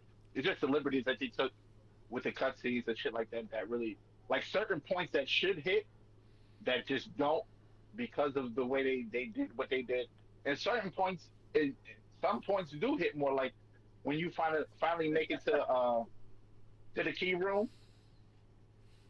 Sorry. Someone just Clive put in chat title Halo talking QL looking cute because he's been mute for most of this. My bad, you cool. I got just one last thing. To give him some credit. Besides the flood cutscene, the cutscene where you take Cortana to the whatever room where she's trying to figure out whatever Halo's about. That cutscene was amazingly done. When she becomes like part of the universe, she's like a big ass entity walking through, and yeah, that shit. Magnum has a giant fetish. He said, "I have a what fetish?" Giantess fetish. What the fuck? He's like, oh, big mommy Cortana. We made a joke when we were playing it last night. Yeah, he's like, Magnum was like, yeah, step on me. Oh, what the fuck? I'm joking. I one of them niggas going crazy over the Resident Evil 7 lady. Eight, Lady to Mistress. Oh, it's 8. My bad. Yeah. My bad. I'm a big RE guy. Big RE guy. Yeah. I stopped after that shit when they went first person, to be honest. But yeah. So all in all, for me, I enjoy it. It's a good base. I hope Halo Studios chop this up or produce it better because I don't like the way it was produced at all. Like he's like the same. No, he has the same head shape as the mic. He can almost hide completely behind it. Sorry. Oh Go shit. ahead, Magnus. That's actually kind of accurate. Yeah, no, it's To great. be honest. That's great. But yeah, for me personally, I'd give it a 7. But it's still a very very good time. I've only been playing it for like the past 2 days. That was some Overwatch mixed in because Overwatch is amazing. But yeah, cool. Gayest shit you've said this whole fucking podcast. Overwatch is amazing. I feel like Magnum was really mad that like when you go into the escape pod and it was a woman piloting the pod, he got so upset. Yeah, Magnum's definitely a 19th Amendment repealer. Definitely. Yeah, he was like, it was an motherfuckers. Asian woman. No wonder they crashed. No, don't listen to Definitely, these motherfuckers. that- I'm not like these motherfuckers at all. That's a Well, double and I whammy. fucking see, you said that shit. You said that shit. You brought it back to all right. Another part that I hated. Hey, hey. Cutscene going into the pod. Like that's another thing that didn't hit too. You got Master Chief in them. You get to your Marines, you throw them in the pod and shit like that, and he's over here shooting at these elites. The elites are just standing there. They're all missing each other for like 5 fucking seconds, just sitting there. I'm like, what the fuck? Oh shit.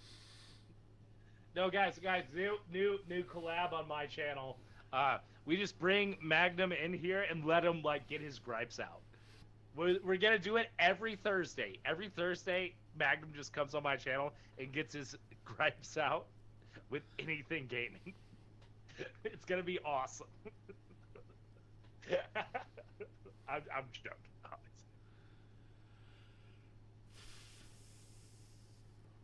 I feel like this is the most quiet he's been. It is. I think he muted himself. He's probably coughing real bad because he thinks that holding it in makes you higher, and it doesn't. It just makes your less oxygen. Therefore, that's what makes you high. Because he has to buy all that bad weed because he ain't got no money.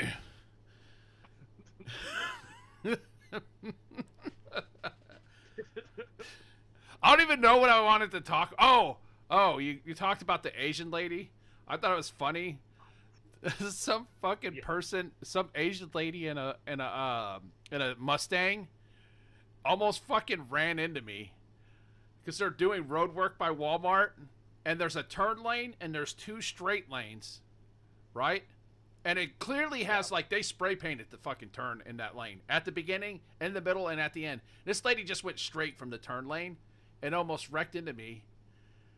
And I'm like, this person, and I come up on the back, and they turn into fucking a Chili's, and it's an Asian lady. Oh, there goes Magnum. He bounced out. He probably lost his internet connection. Yeah. Well, like Yeah. also, I thought it was funny because you made fun of it. It was an Asian lady. That's why they crashed. Yeah, I was no, like, I almost got in an accident because of an Asian lady earlier today. Yeah, but well, it's my ending time. All right. For 3 hours. All right, but like, yeah, we like I said, even if it's bi-weekly or whatever, we should definitely keep the fan zone alive. This is fun. I like doing this. It's a good time. It's always a good time. But man, it was great. I had a lot of fun. I think coming up on new releases and stuff like that, we should definitely talk. But like, we don't always have to do Xbox talk. But one of the things I did want to get to was like Fable, but we did not get to it this time because I didn't get to it last time. But like, I do want to do Fable talk eventually. Yeah. Rather Fable- soon. I don't care if it's just us or if it's just me. Like, we can just Yeah, Fable can't find a slot, can it? It's like, oh, No, we're gonna release in November. GTA, oh, we're gonna release in February. Everything February. is releasing in February. It's exactly. Like, it's like, hey, we need to release something. Let's pick February. Yeah, no, like I'm down. If not next week, but or the week after, talking about Fable and Tomb Raider. I would love to discuss both those topics. Yeah. But I gotta hop off here and in my stream and do the thing. But I appreciate you being on here, and this has been the Fanzone, guys. Yep, we Been a lot of appreciate fun. you. Peace out, everybody.